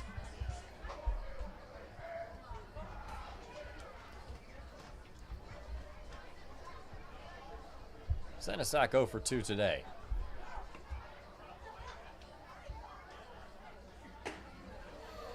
Outside for ball 2. And for Senesac, he's another player, one of many on this Riptide lineup with high upside.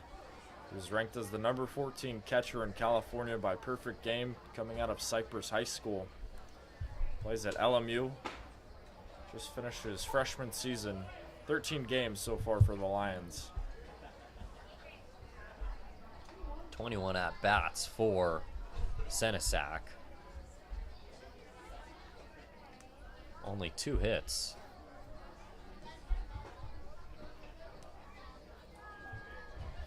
Two-one gets away from Arroyo. 3 balls and 1 strike.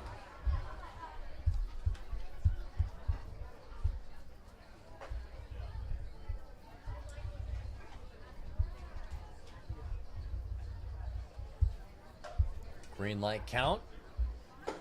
Senesac takes upside, ball 4.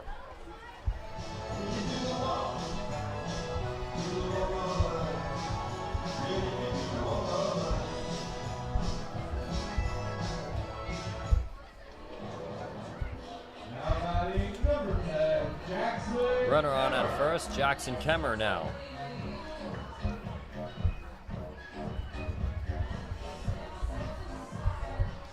That was walk number 6 for the Barons. 6 free passes. Kemmer scoots out of the way, throw over to first, nothing doing there. This is a big at bat here for Ferris because I'm pretty sure these two hitters and pitchers played against each other in high school. Ferris coming from Dana Hills, Kemmer from Santa Margarita and Tesoro.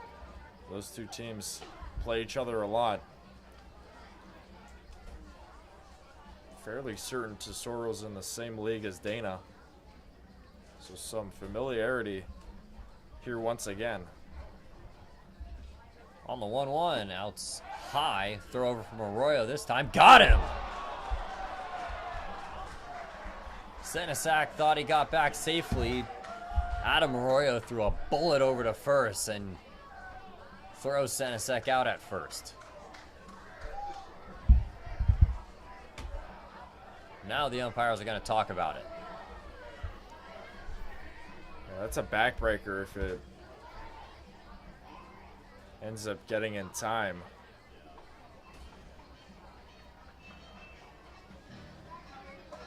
Looked like a close play. Could go either way, though. An absolute missile. I don't think they have enough evidence to overturn it.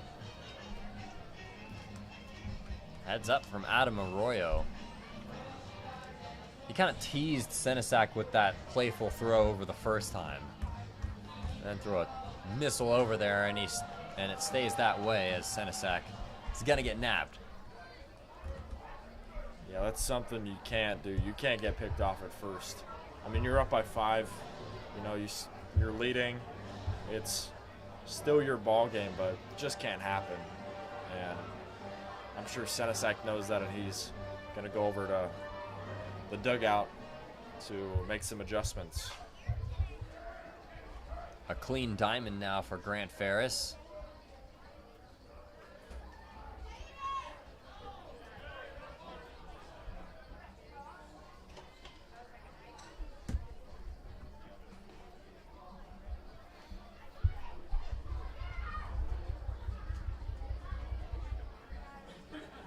Three and 1.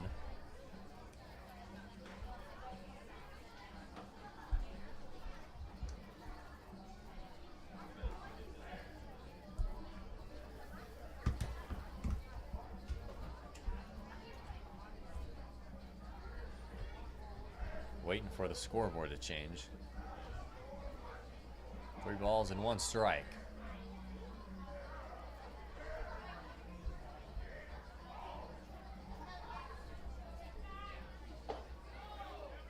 Kemmer takes inside for ball 4, his second walk of the night. Back to square one for Grant Ferris. Back-to-back walks. Now we go back to the top of the order with Patrick Hackworth. This is another big inning for the Riptide. If they can get some base runners on, this could really turn into a game out of reach for the Barons, who are already down 5-0. First 3 matchups, the Riptide won. 2 on the road, 1 at home. They're looking to stay perfect. A 4-0 opportunity against the Barons. Ferris splits the plate for strike one.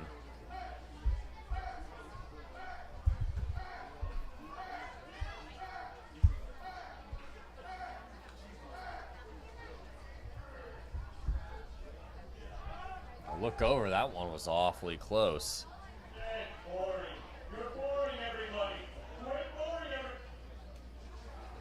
Kemmer was leaning over to second. That almost felt like Kemmer almost lost his footing there. Just made it back though. Got to be careful. He's got a good lead over at first. As he takes off, Hackworth sends this one into shallow left. This is going to be a tough play. Freeman coming in, and it's going to be dropped off of Taylor's glove.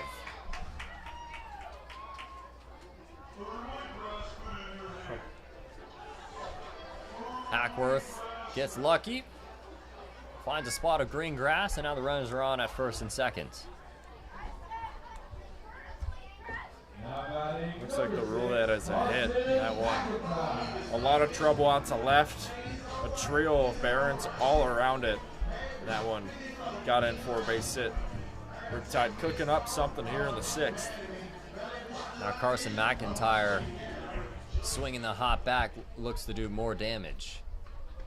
OPS now went up to a 1.5.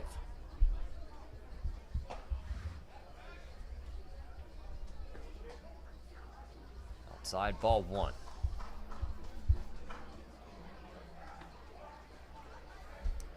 McIntyre slugging percentage, 786.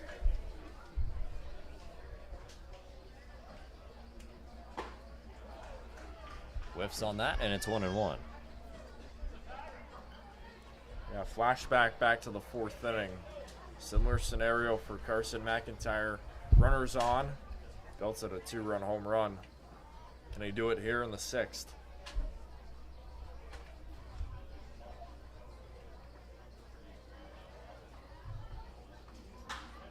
Gives it a go here. Shallow, though, going to stay in. Going to be Zach Freeman making the catch out and left. Right idea.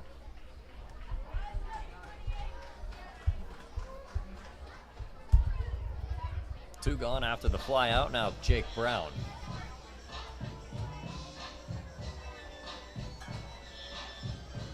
Just got it off the end of the bat.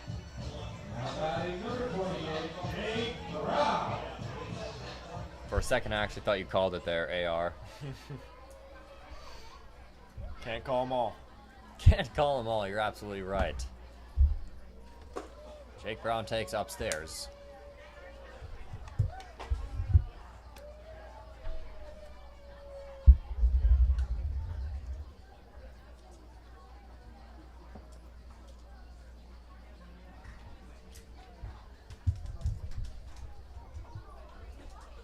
Riptide base runners dancing. Capped over to the right side. No problem for Andrew Kirchner as he ends the inning. Riptide draw back-to-back walks and a hit, but don't pick up anything. So we go to the top of the seventh in a 5-0 game.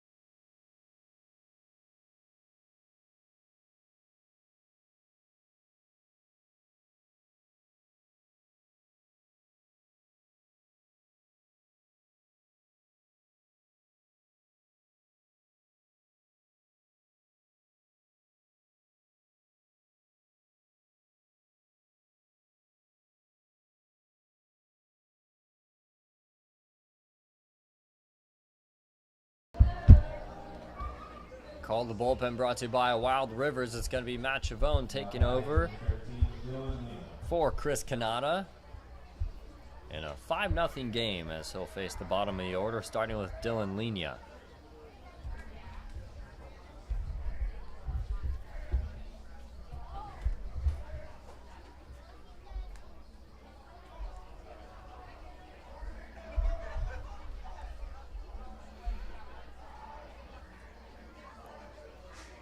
Chavone, a couple outings so far, 6 innings pitch, has that ERA at 3. As Lina takes strike 1 from Chavone on his first pitch.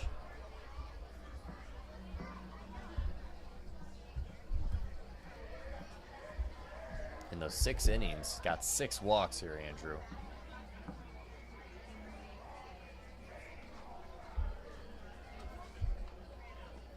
The 0-1 in the dirt. 1 ball and 1 strike. Yeah, and those walks, obviously not a good thing, but for the most part, Chavone has been pretty reliable, and so has this entire Riptide bullpen. I've had a few hiccups here and there, but for the most part, it's been airtight. And go down the line, McGuire, Kittredge, Chavone, Riley Kelly now. A lot of guys emerging and doing their jobs. 4 of those walks came early in the year, too. He's really settled down and found the zone. And Hasagawa, too. The returner from last year's team has been lights out so far. Talented pitching arsenal at Connor Spencer's fingertips. The 2-1 is outside, and it's 3-1.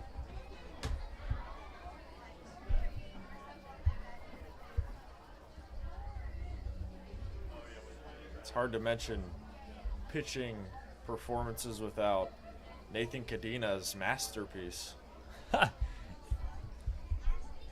Feeling nostalgic. Just missing for ball 4. 5-pitch walk to Lina. Leadoff man on for the Barons.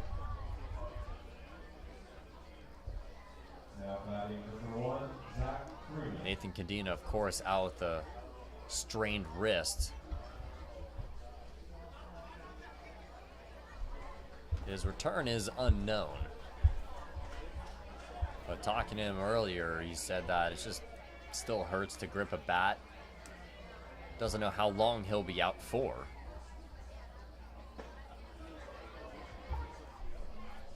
Strike to Zach Freeman. And even in Cadina's absence, I mean, the Riptide have been winning games. They've been winning games on the road, too. Just such a well-rounded group, even without one of the top contributors.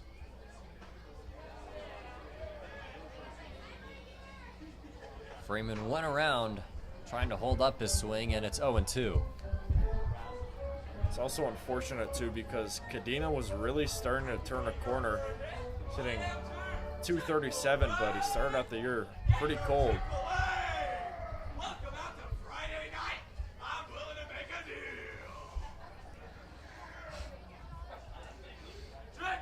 On the 0-2. Outside 1-2. Jeff, I don't think we've seen the full potential of this Riptide lineup.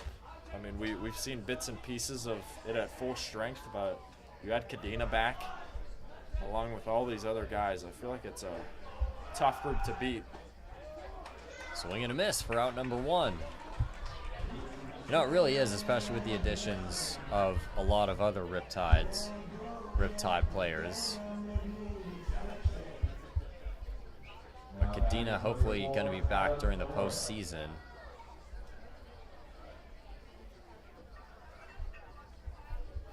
So got Matt Thomas on the bench. Stevenson as well. A lot of middle infielders. This one grounded off foul to the left side.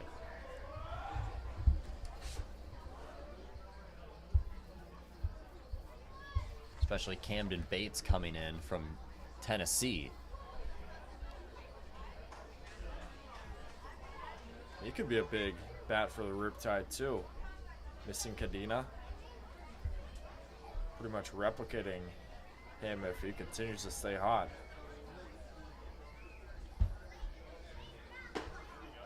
This time Senesac throws over, not quite.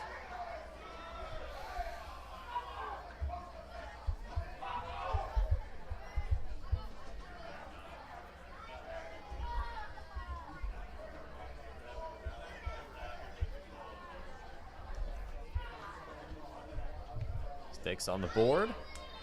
Adam Arroyo doesn't see pitch number 3. Big news up in Arroyo Seco. Conejo up 5-2. Conejo number 2 in the CCL South right now. If they hold on to win, they'll push pace right with the Foresters. 1 ball and 2 strikes. Santa Barbara right now 17-8 after winning 10-0 in their non-CCL South game earlier today. Conejo gonna be 16-8. Rio Seco 1 game behind the Riptide. 2 balls and 2 strikes to Adam Arroyo. Is it the top 2 teams that get in? Top 3. Top 3 teams. So the Riptide in position to be in the playoffs right now, but we don't want that. We want to let's win the division. Let's win the South. Check over. No. Last year was weird because Santa Barbara first, as it seems like they're always first, but they decided to play in a different postseason tournament. So the wild card odd team looking out, it was Conejo. They made it. It was a home playoff game for the Riptide here in the wild card game. Matthew Chavone continues to bug Dylan Lenia over at first.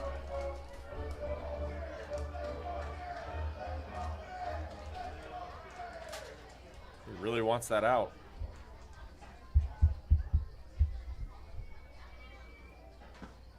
Two, that one just missing.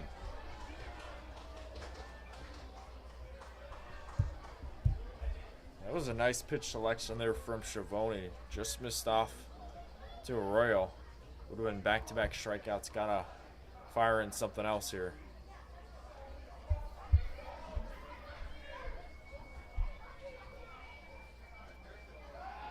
Another one over there at first.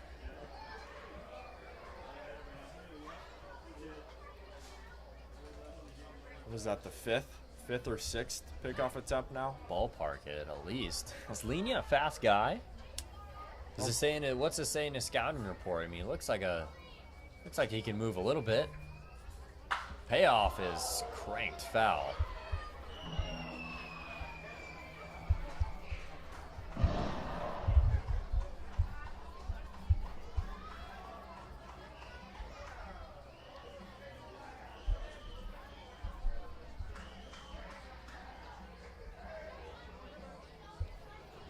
Lena doesn't have a stolen base, but he still has big leads. Definitely getting in the head of Chavone here. Another payoff, a high fly ball over into shallow right. Coming in is Brown. He's going to make the catch in foul territory.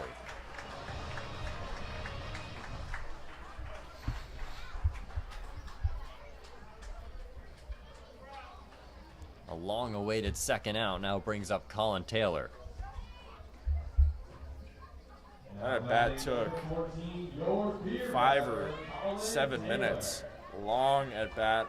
And all that for a fly out to right. Good play from Brown, too, calling everybody off.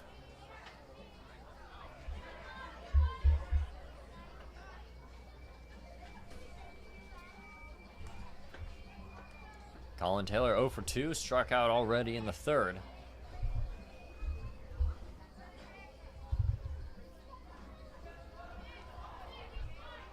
Chavone long hold, finally comes home upstairs, and it's ball 1.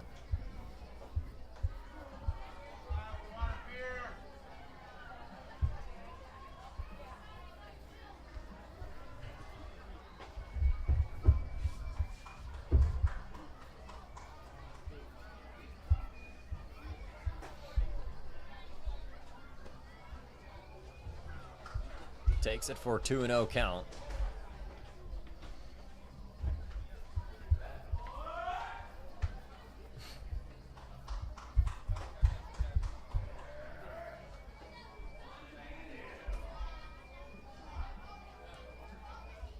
Not in a position to strike him out right now.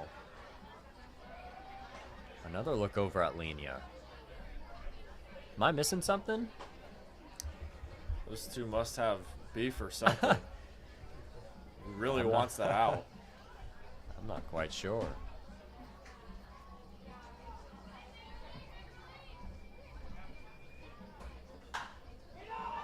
Popped up. Senesac. Can't get it. Right in our blind spot. Senesac hung over it a little bit, but right over his head. And strike one. But I'd rather be out of the inning than have a strike one. Yeah, I feel like as a catcher, that's one of the toughest plays to make because, one, you're in foul territory, but two, you gotta be aware of your surroundings, can't lose your footing, and gotta make the catch. Just tough all around. And that one was smoked up in the air. Elevator home run, AR. 2 balls and 1 strike. Breaking ball, that hit him in the back.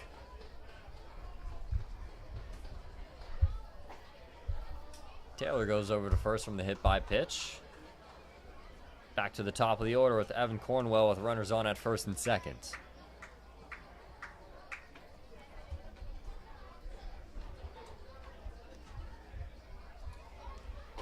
This is where you need a hit from the top. I mean, the top 3 guys, they've only got 1 hit, and that was from Klonowski back in the first. Things got to be better for the Barons if they want to at least fight back in this game. Cornwell 0 for 3 with 2 Ks. Ball 1 to the leadoff man. I have 4 hits right now, and 3 of the 4 came from 4 through 7. Just not going to get it done if you want to win these games on the road.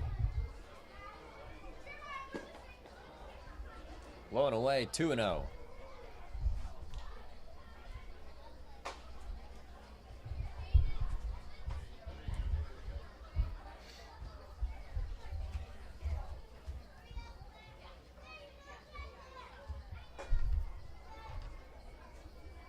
Chavone recently, in these last couple at bats, having trouble finding the zone as that one's way off.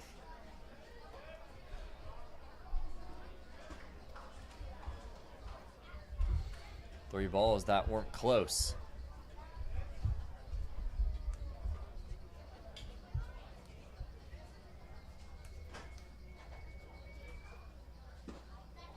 And a 4-pitch walk to load the bases.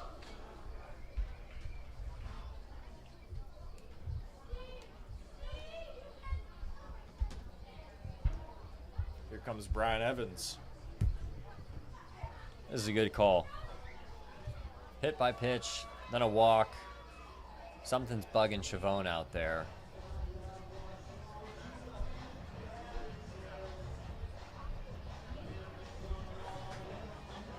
Riptide reliever up out of the pen, warming up. Chavone will stay in the game, try and complete the inning.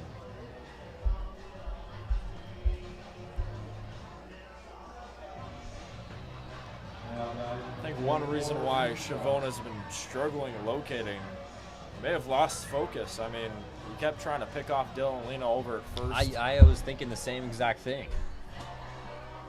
Like sometimes focus kind of has to be at the plate. I don't know. He picked over at least maybe 5 times, like you said.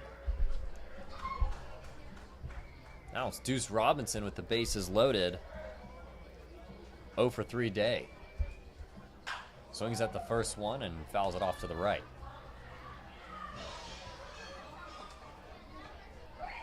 This is a guy you want to be careful around. Don't want to mess around with Deuce. Yep. A lot of power.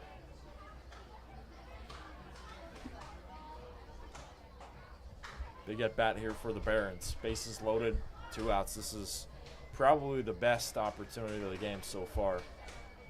All the Riptide outs have come from in 2-out situations. Breaking ball high, and it's 1-1.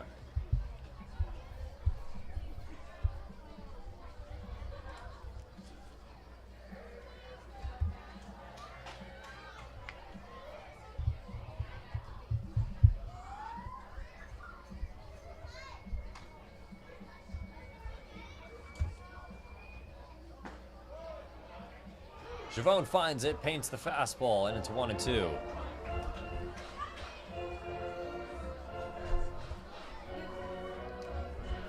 Feels like on this pitch here, Deuce Robinson's going to be swinging. He's got to expand the zone just a little.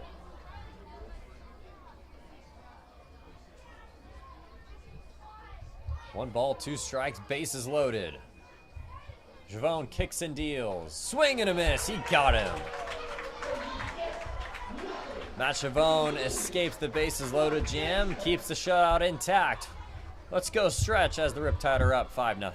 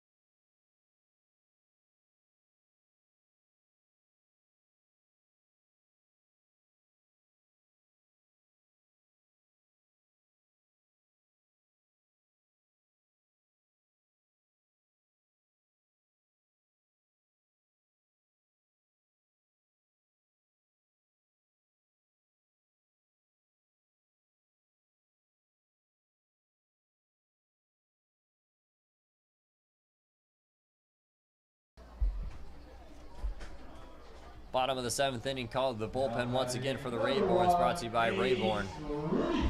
It's going to be Christian Casillas taking over, being the 4th pitcher for MLB Academy.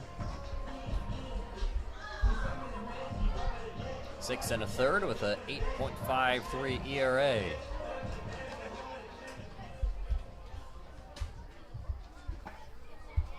Ace Reese swings at the first one. Doesn't come up with anything, and it's 0-1.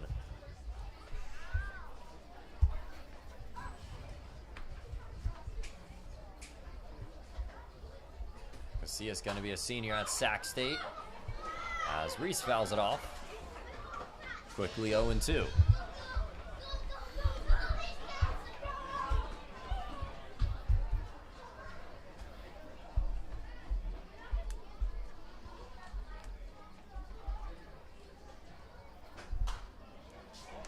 Reese stays alive.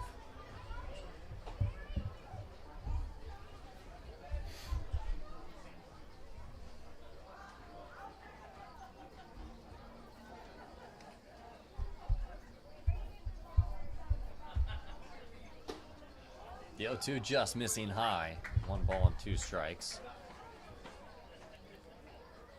Love the execution from the Riptide hitters tonight. Everybody's gotten on base. I mean, if you're doing that every night, you're going to be winning a lot of games. 2 hopper to Kirchner. 1 gone.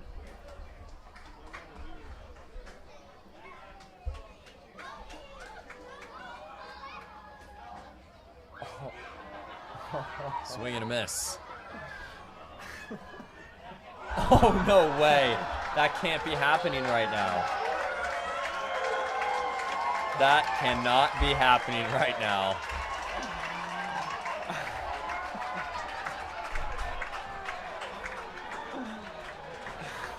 That was a genuine reaction that I just had. I don't see any bags coming out, so it must have been number 1. Omaha, the Bat Dog, making Great Park his personal bathroom.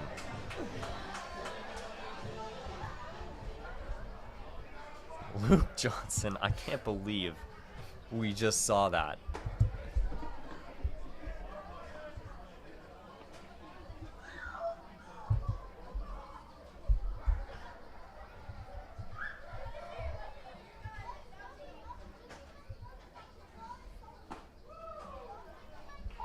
One and one.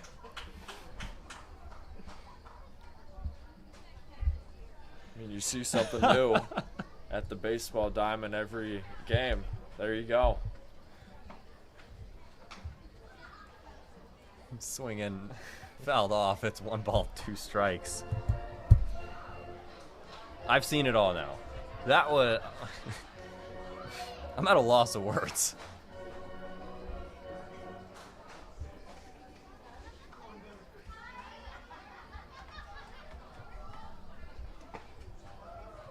Johnson takes ball 2.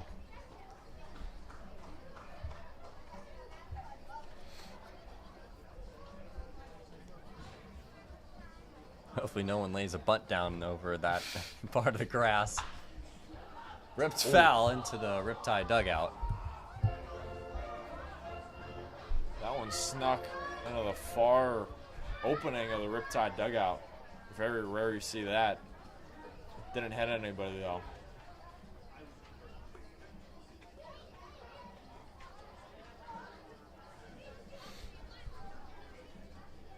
Two balls and 2 strikes from Casillas.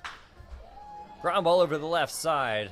Taylor picks it up, fires it over across the diamond for out number 2.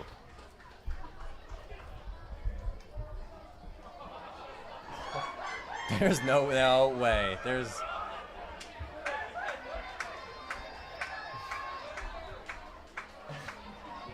There we go. Go get the bat. Oh. Come on. Nope. Lost it. Now batting number 12, Rocco.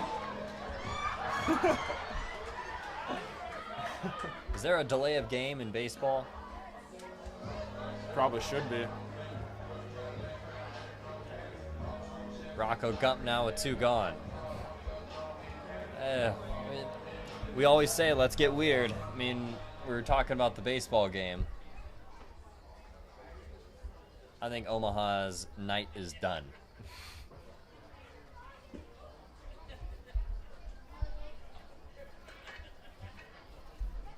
Started off strong too. It did. It really started out strong.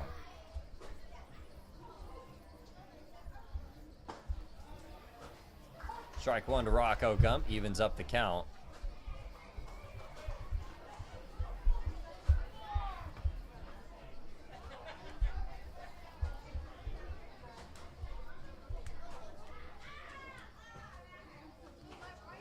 Inside, got him on the leg, it looked like, and Gump doesn't even flinch. He'll trot down the first.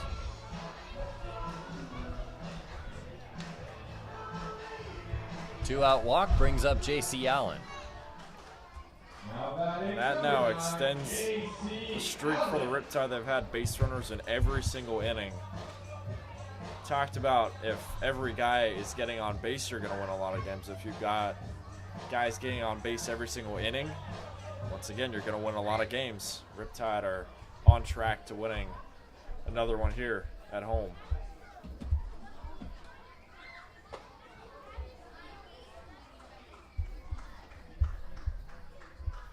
Ball 1, J.C. Allen, he's 2 for 3 today.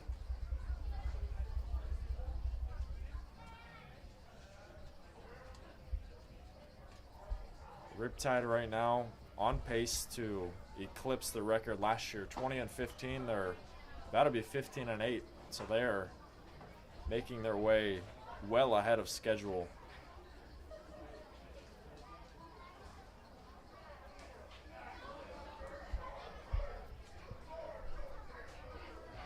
This could be the Riptide's best season in 3 years. Still got some gas in the tank on the season left. In this one, at least 10 or so. There's a good amount of road games coming up. Gump takes off early, throw to second, nowhere near. Put the Baron infield into a blender.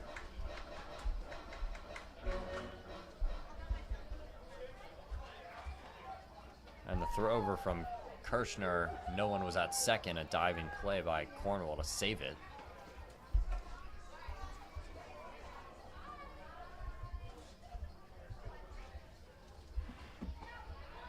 Two-one just missing. There's 2 series that I'm sure the Riptide fans are circling their calendar for. A 3-game set against Arroyo Seco, July 20th through the 23rd, and a 2-game set against the Oaks, 25th and 26th. J.C. Allen walks. Rocco Gump moves to third on the pass ball. Allen on base for the 3rd time today, and now it's Max Senesac. And even in the 7th, I mean, the Riptide staying patient, getting on base, and cooking something up here. Runners at the corners with 2 outs for Senesac.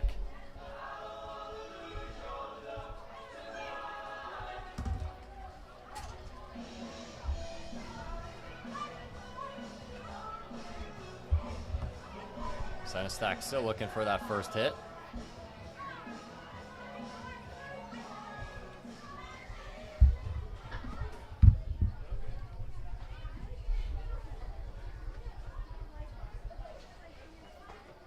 Outside for ball 1.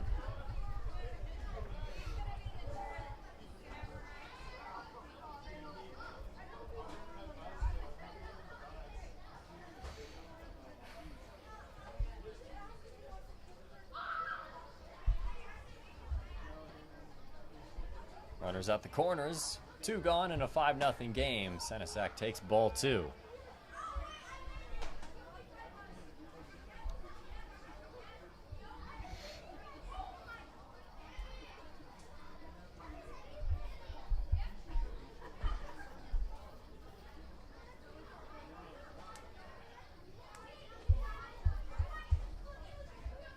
Casillas on the 2-0, way outside. Arroyo thought about checking on J.C. Allen. Off on the transfer, as that's 3 balls and no strikes.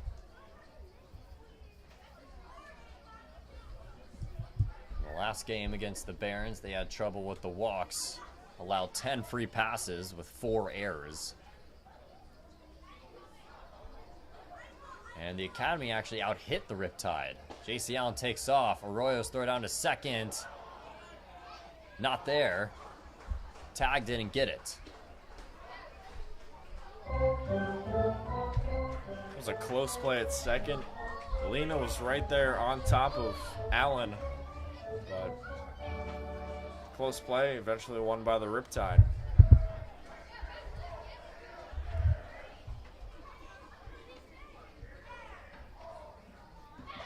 Three-one, green light for Senesac. Fouls it right back to make it a full count.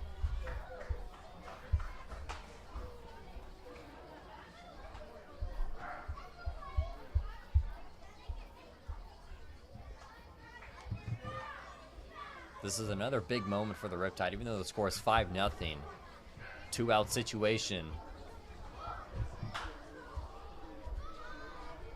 Off to the right, Kirchner running out of room into the bullpen.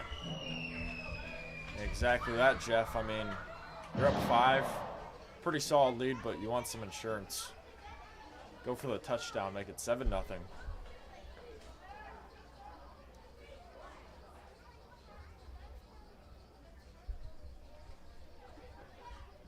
Senesac on the payoff. Takes outside, ball 4. Back-to-back walks. Three passes. Second walk of the day for Senesac, and that loads the bases with 2 gone. Now brings up Jackson Kemmer. That's now the 8th walk for the Riptide tonight, 2 in the inning, like Jeff just mentioned. A lot of base runners that way. He swings at the first pitch, puts it into center. Robinson comes in and makes the catch. Riptide strand with the bases loaded. It's still 5-0 as we go to the top of the 8th.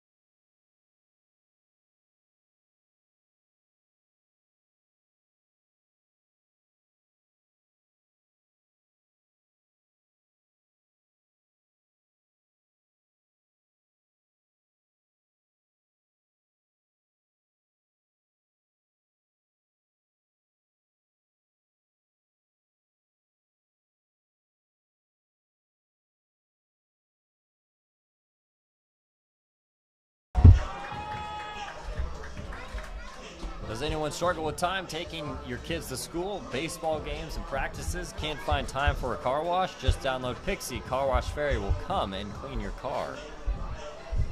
Hunter Long looking for a clean inning as he takes over for the Riptide staff.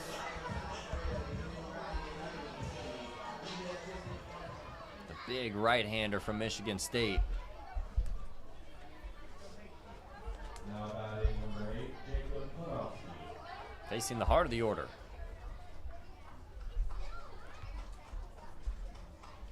For anyone at home wondering how tall and his frame, Hunter Long is 6'7", 260. Massive pitcher.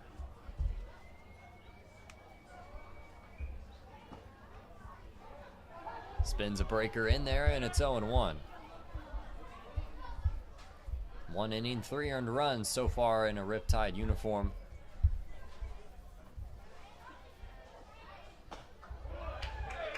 Klonowski misses that one, and it's 0-2.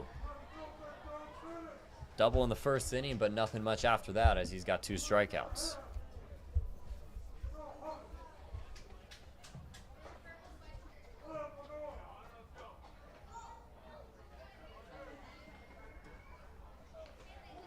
Inside, got him on the 0-2 count. Can't have that. Especially when you have him 0-2. Now it's Andrew Pyle. Yeah, exactly that. I mean, it's 0-2. Just throw something away. You can't plunk him. He does it just like that. But 5-run lead, and I'm sure Long will manage.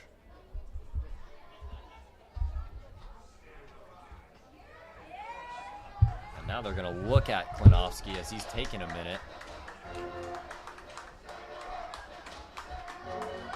Looks like it got him on the elbow.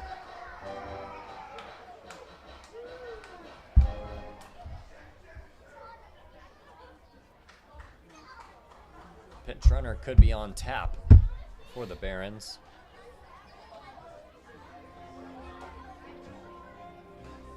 He's going to stay in the game. Probably has that tingling sensation going on in his elbow right now.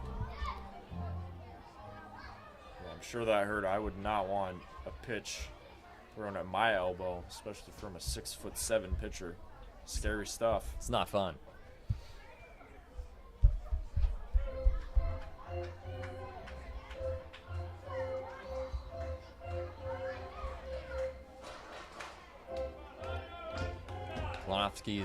Klinowski's okay, pardon me, and Andrew Pyle finally digs in. First pitch he sees is high and tight.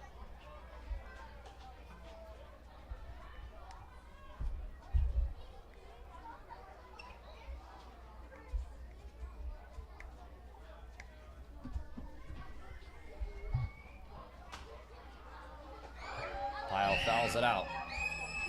And it's 1-1.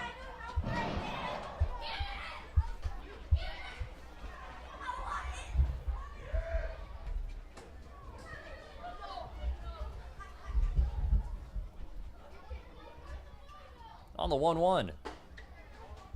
Inside 2-1.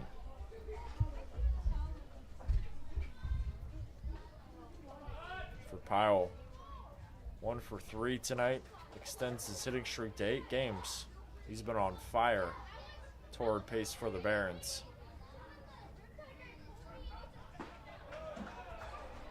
Spins one in there, and it's 2-2.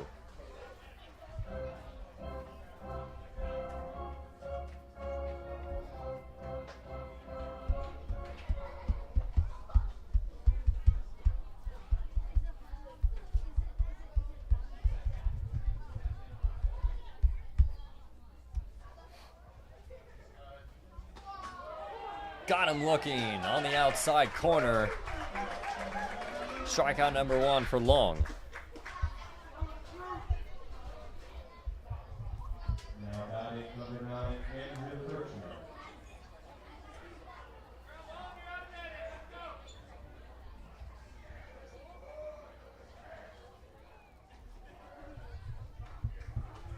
Andrew Kirchner digs in against the tall righty. Whiffs at it, and it's 0-1. Long got strikeout number 11 from Riptide pitchers. They've done their job. Got a lot of swing and miss pitches. They've stayed ahead. It's the number 1 priority. Hunter Long stays ahead of the count. No balls and 2 strikes. Strikeout in every inning, too.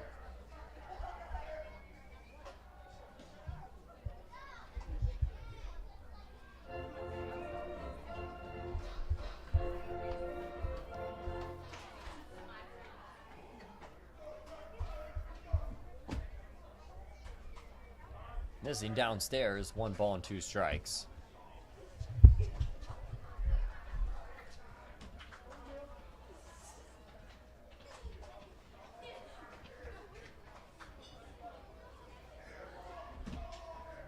Three hits from the 4-3-4-5 hitters for the Barons. On the 1-2. Fastball into center field. Kemmer slips, has to regain. He can't. It's over his head. Klinowski's trying to go all the way around. He stops at third. And after the center field mistake, Barons have runners on at second and third.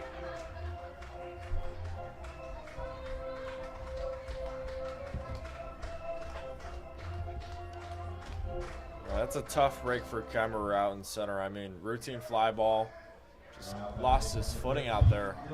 Not sure how slippery it is I know the sprinklers aren't coming on for a while.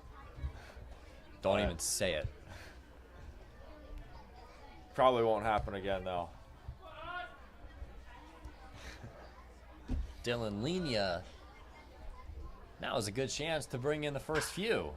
At least one as he puts one into right. Jake Brown settling under, makes the catch. Klinowski's gonna tie. Oh no, he drops it.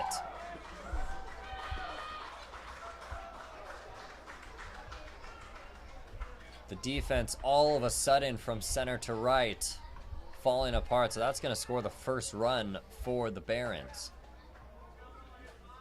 Now batting number 1, Zach Freeman. Wow. Yeah, that's inexcusable. And here comes Brian Evans. I mean, routine flyouts. Just got to get 2 more. 2 of them came right to the center and right fielder, and they couldn't make the play. Kemmer's ball a little harder hit and a little harder to read, but out there and right, there's no excuse not to make that.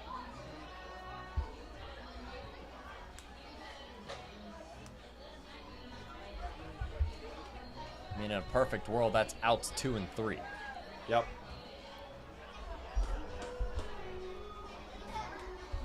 And there goes the shutout. It was 5-0 with 7 1/3. Now it's 5-1 game. But tip of the cap to this Riptide pitching staff. Shut out the Barons for the first 7 innings.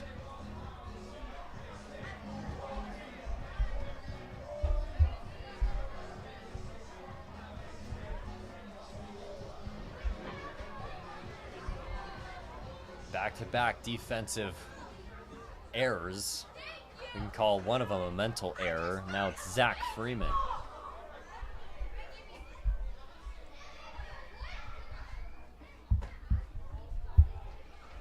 Long just misses with a ball.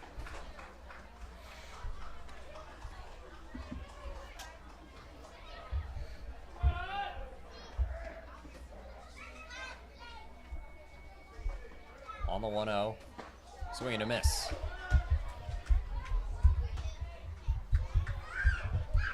Long looking to stay dialed in here. You know, if the outfield can't make the outs, he's going to try and make the outs at home, trying to get some strikeouts. 2-1 with runners at the corners.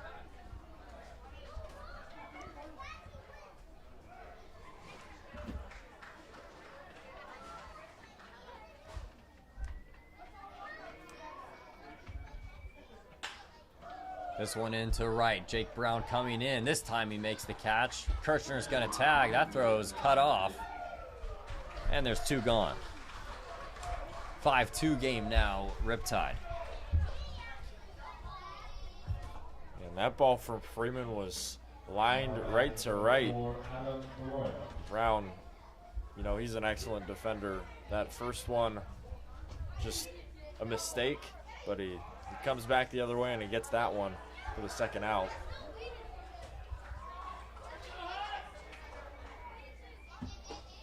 Adam Arroyo tries to hold up his swing, and he does.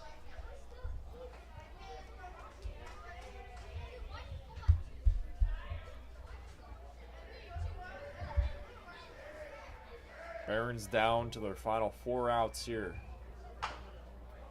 Capped off the end of the bat. Long's gonna take it, tag him, and that'll be the inning. 2 runs coming from the Barons. They finally get on the board in the top of the 8th inning.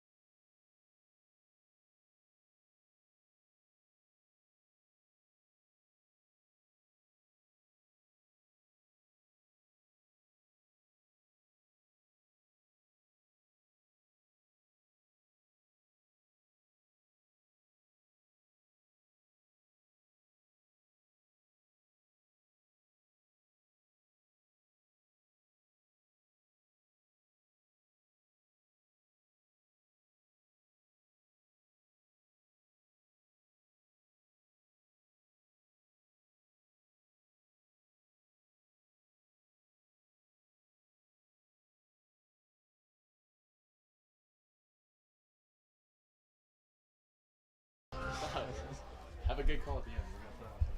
Bottom of the 8th, Riptide's last licks to try and get those 2 runs back. Now a 3-run game, Andrew. Yeah, it's a little bit closer. I mean, you feel great about a 5-run lead. Riptide, I'm going to be honest, I think the Riptide outfield may have gotten a little bit distracted out there. You know, 5-run lead, they're feeling confident, but it's the little things. You got to clean up on those. That's what Connor Spencer has been preaching all season long. Just got to play clean baseball, know the details, and, you know, if they make the details count, it's still a 5-run game. Christian Casillas looks to keep it at a 3-run game as he delivers strike 1 to Patrick Hackworth.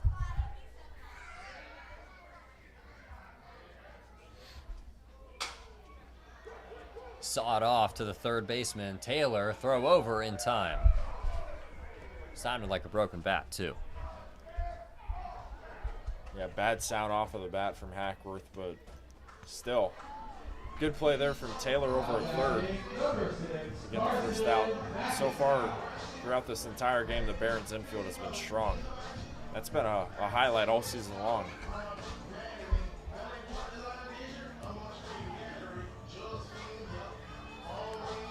Carson McIntyre swinging the hot stick. Ball 1 to the left fielder.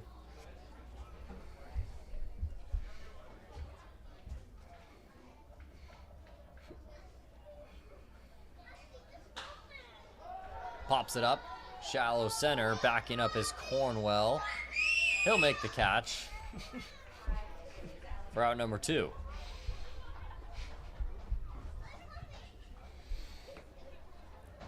Now batting number 28, Jake Brown.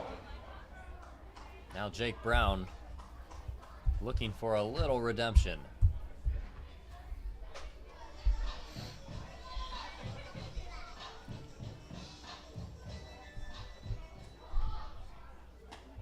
Way outside from Casillas. 1-0.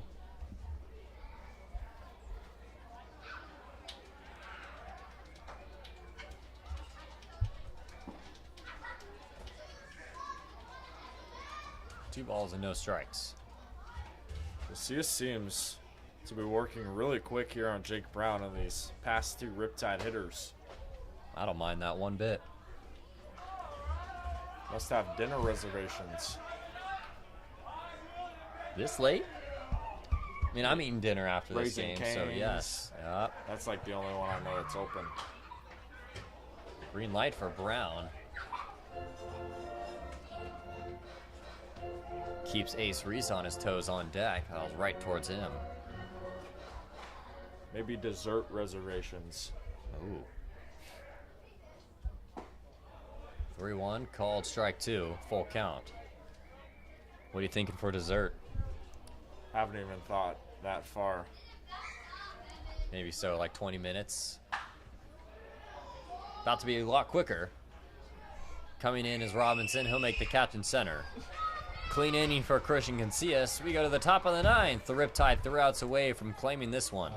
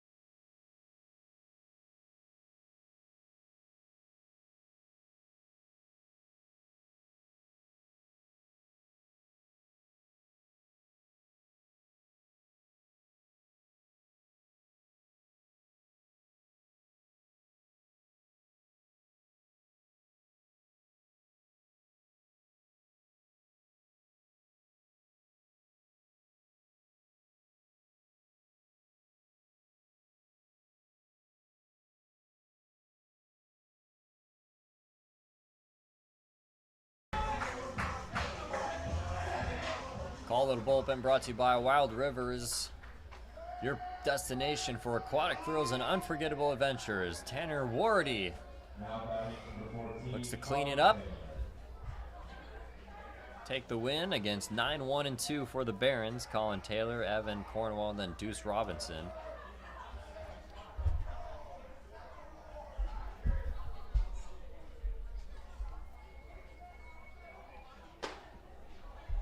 Wardy delivers strike one.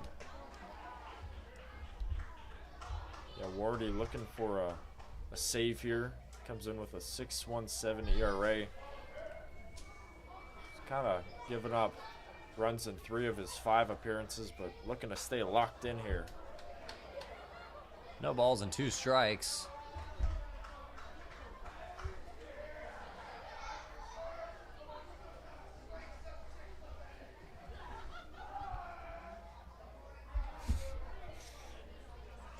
Taylor looking to not fall victim to a second strikeout.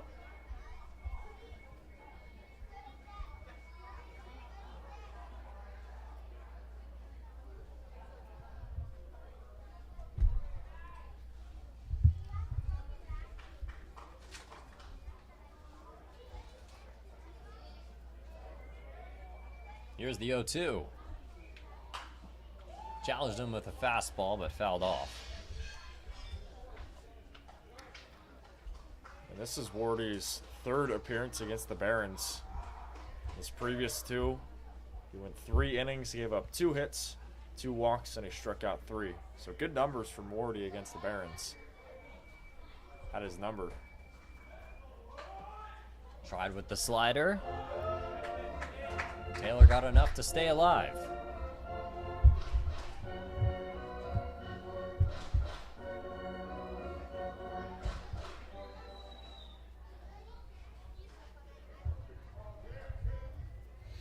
He can bury that slider a little more, he could have a sweeping strikeout. Goes with the fastball, grounded foul.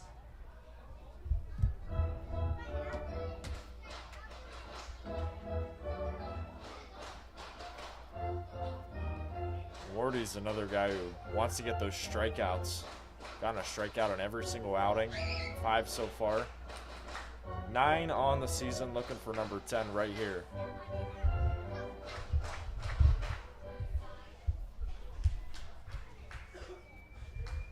Another 0-2. Oh, we thought about it, didn't go.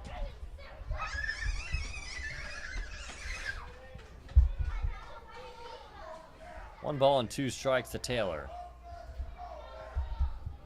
Wardy looking like he's in the driver's seat right now.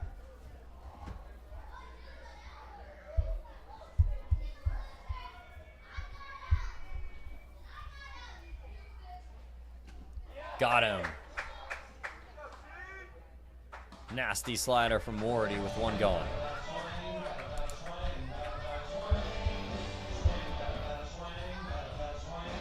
That's 10 for the Riptide. Yeah, that breaking ball from Wardy had some wicked movement. Just sailed all the way down low, away from Taylor for the first out.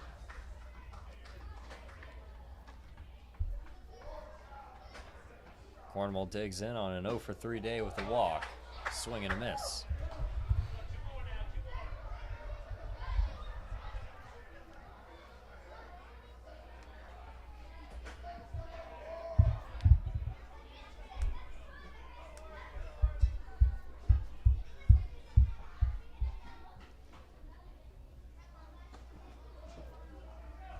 Slipped on that one, and it's 1-1. Tonight, OC pitching has kept hitters 1 through 3 at a 1-for-9 night. The only hit being Jacob Klanowski with a double back in the first. They've kept the top 3 quiet. Continues to say gross with that spinner. 1-2. You like it here again, Andrew? Yeah, go for it.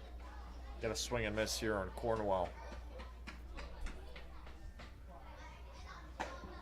I went with the Changeup, faded one in there just outside.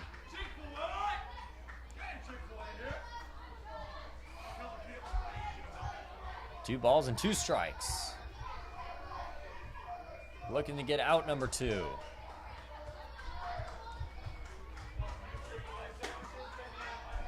Fastball tailing away, 3-2.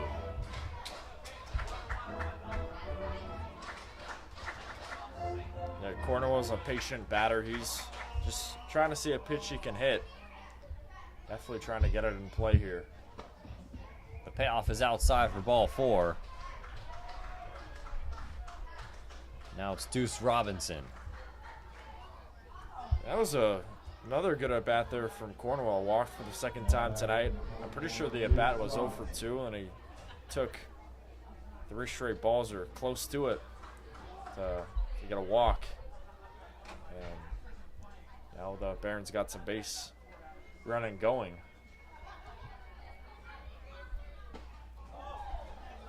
Waved at and missed for at the breaking ball. 0-1.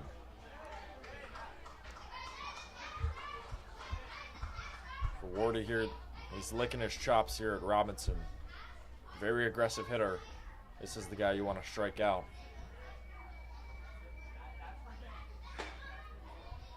Strike 2, frozen with the fastball.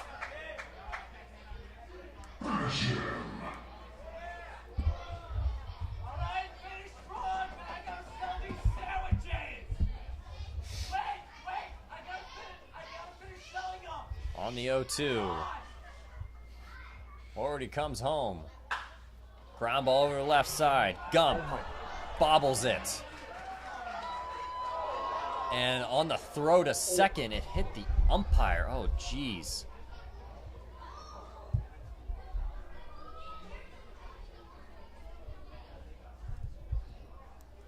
Gump tried to get it back over to second. Nailed the infield umpire. Hope he's okay.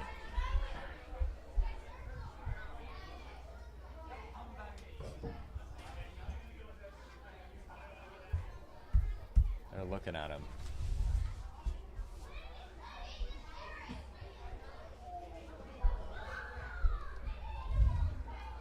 He's on a knee now. That had the potential to be the game-ending double play, and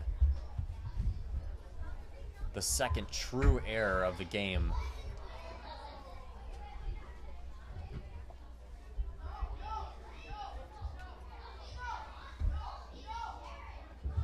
Hopefully he's okay over there.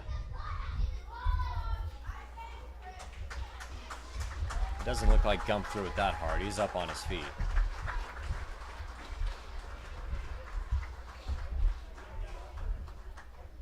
Get some ice over there. Yeah, I think that one just caught him off guard. Wasn't expecting it, and I wouldn't be expecting it either, especially right there. It's good to see him up on his feet, though. Cornwell took a turn. Maybe Gump saw something. Just what we need.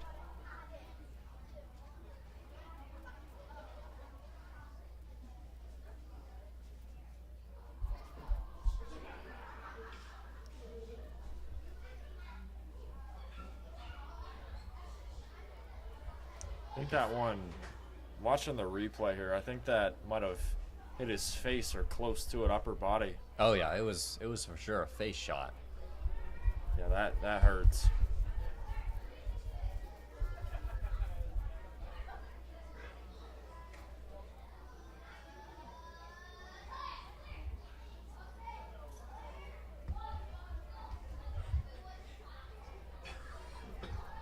I don't know what they're evaluating out there now. I mean, maybe to see if he has the bare minimum of a concussion. Might be patching up. Looks like they're patching up that left eye.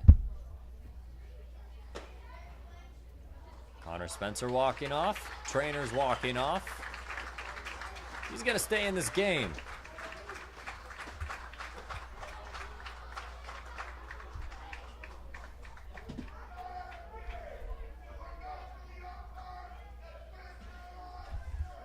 Runners on at first and second. Now all of a sudden, Jacob Klinowski represents the tying run.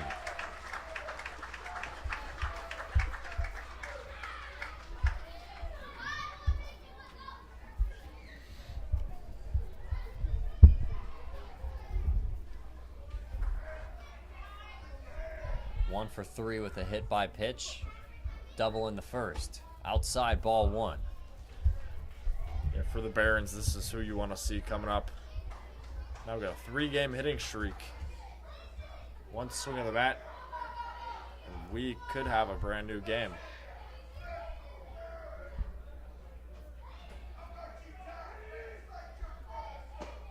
One 0 slider finds the zone. It's 1-1.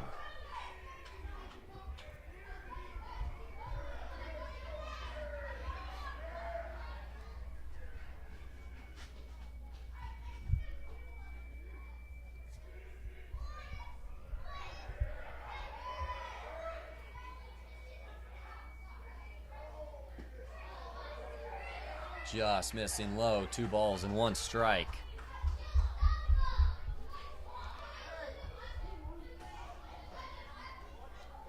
Barron's got to be feeling good about these next 2 hitters, Klinowski and Pyle, 2 of the top hitters on the team.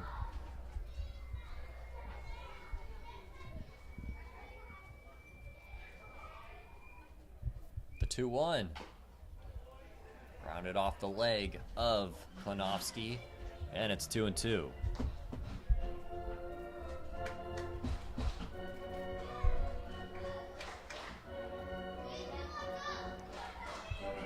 So far against the Riptide this season, Klinowski 2 for 9 with a pair of doubles. The only hits he's gotten.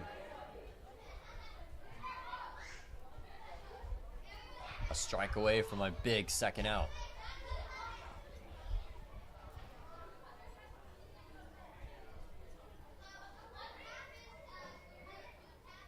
Struck him out.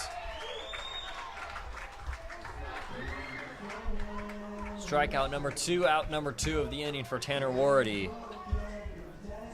Now the Barons are down to their final out with Andrew Pyle.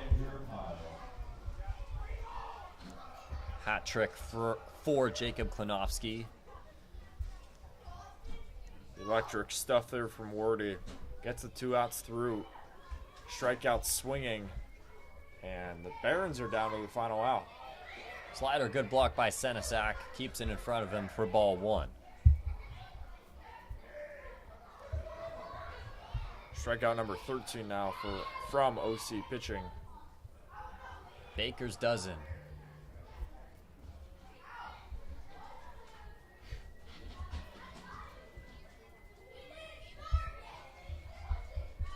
On the 1-0. That time the slider finds the zone. It's 1-1.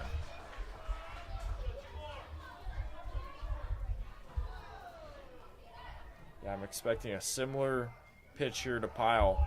Pyle already 2 strikeouts tonight. He's probably, no, not probably. He definitely will be swinging on one of these pitches upcoming. Here comes the 1-1.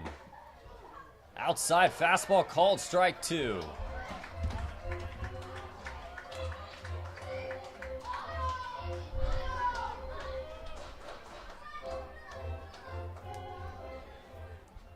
One ball, 2 strikes, runners on at first and second. Barons down to their final strike.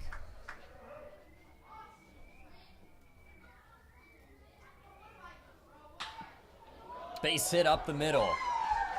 That's going to bring home Cornwell as he scores easily, and it's 5-3. So the Barons still alive.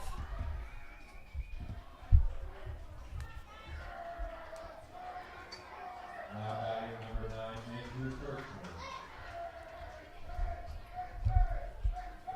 Down to their final strike. They stay alive. Pyle keeps them in this game for now. Tying run now aboard. It's Andrew Kirchner. Swings at the first one and fouls it off.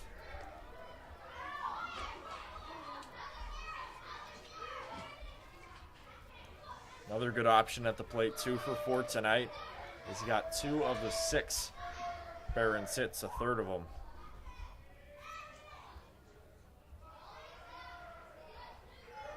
On the 0-1. Fastball up, 1-1.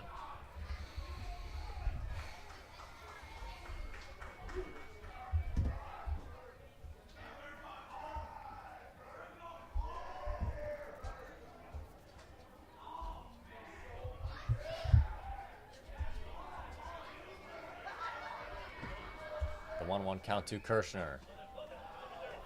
Inside, almost hit him.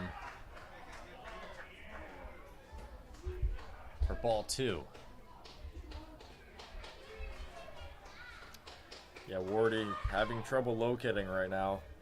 Just got to get 2 more strikes and the Riptide win. Easier said than done, though. Just got to execute. Slider into left. Carson McIntyre's there. Riptide take it. A little drama at the end, but no problem for Tanner Wardy as he officially kills the lights for the Riptide. They win this one 5-3.